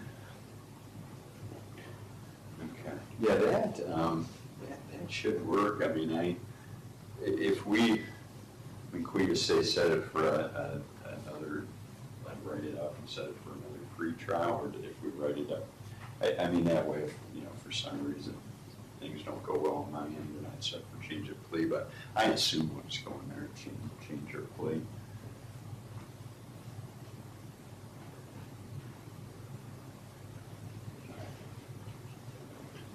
Oh, yeah, I talked to him yesterday. He was upset because it was supervised.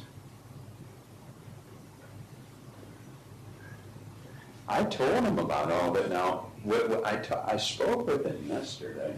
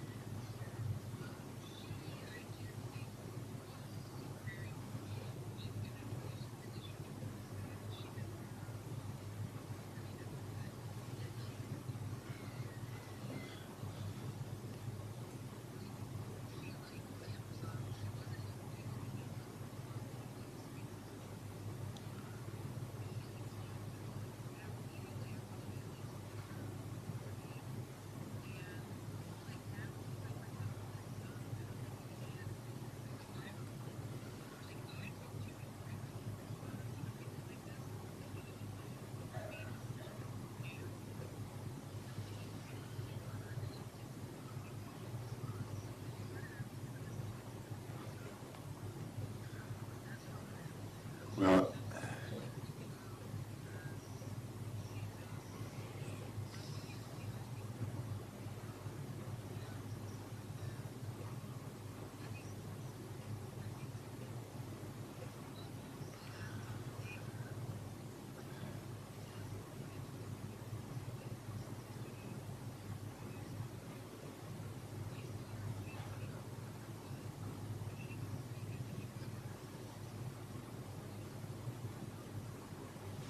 yeah, because I can't see this one settling easily on that. He's kind of difficult. I'm going to get a separation agreement put together, though.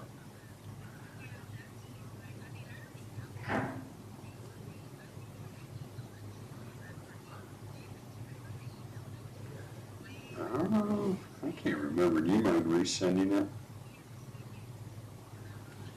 Yeah, just send it in Word.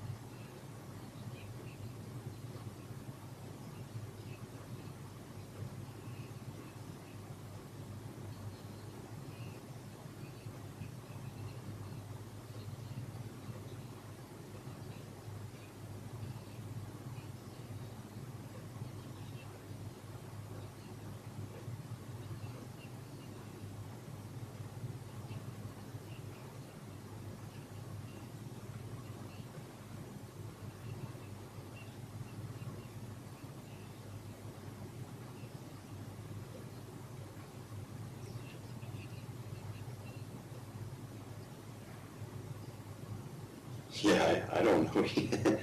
I don't know either.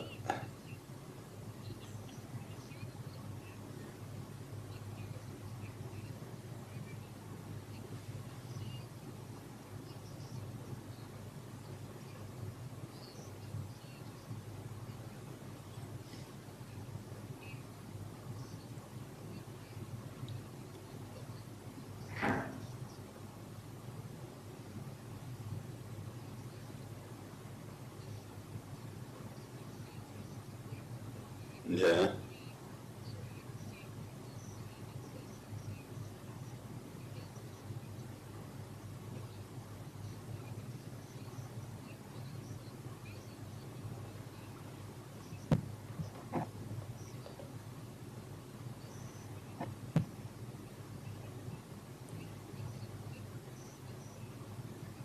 Yeah, he should have his drug test results back soon, is what he told me.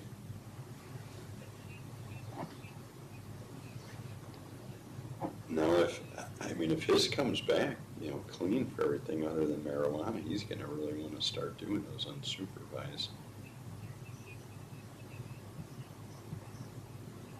Yeah.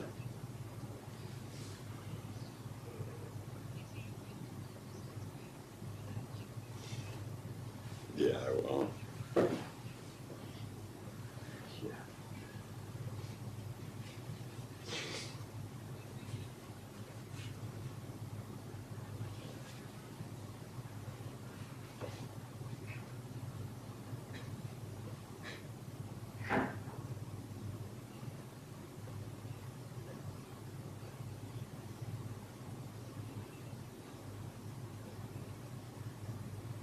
Yeah.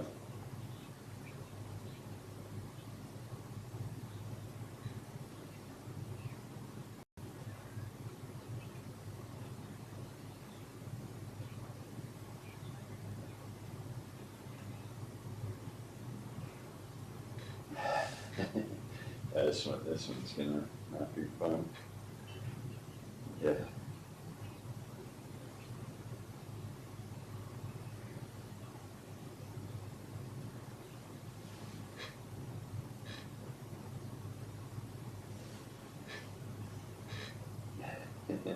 No. Okay, set that other one for a second pre-trial, and I think we'll be able to get it resolved. Okay, thanks.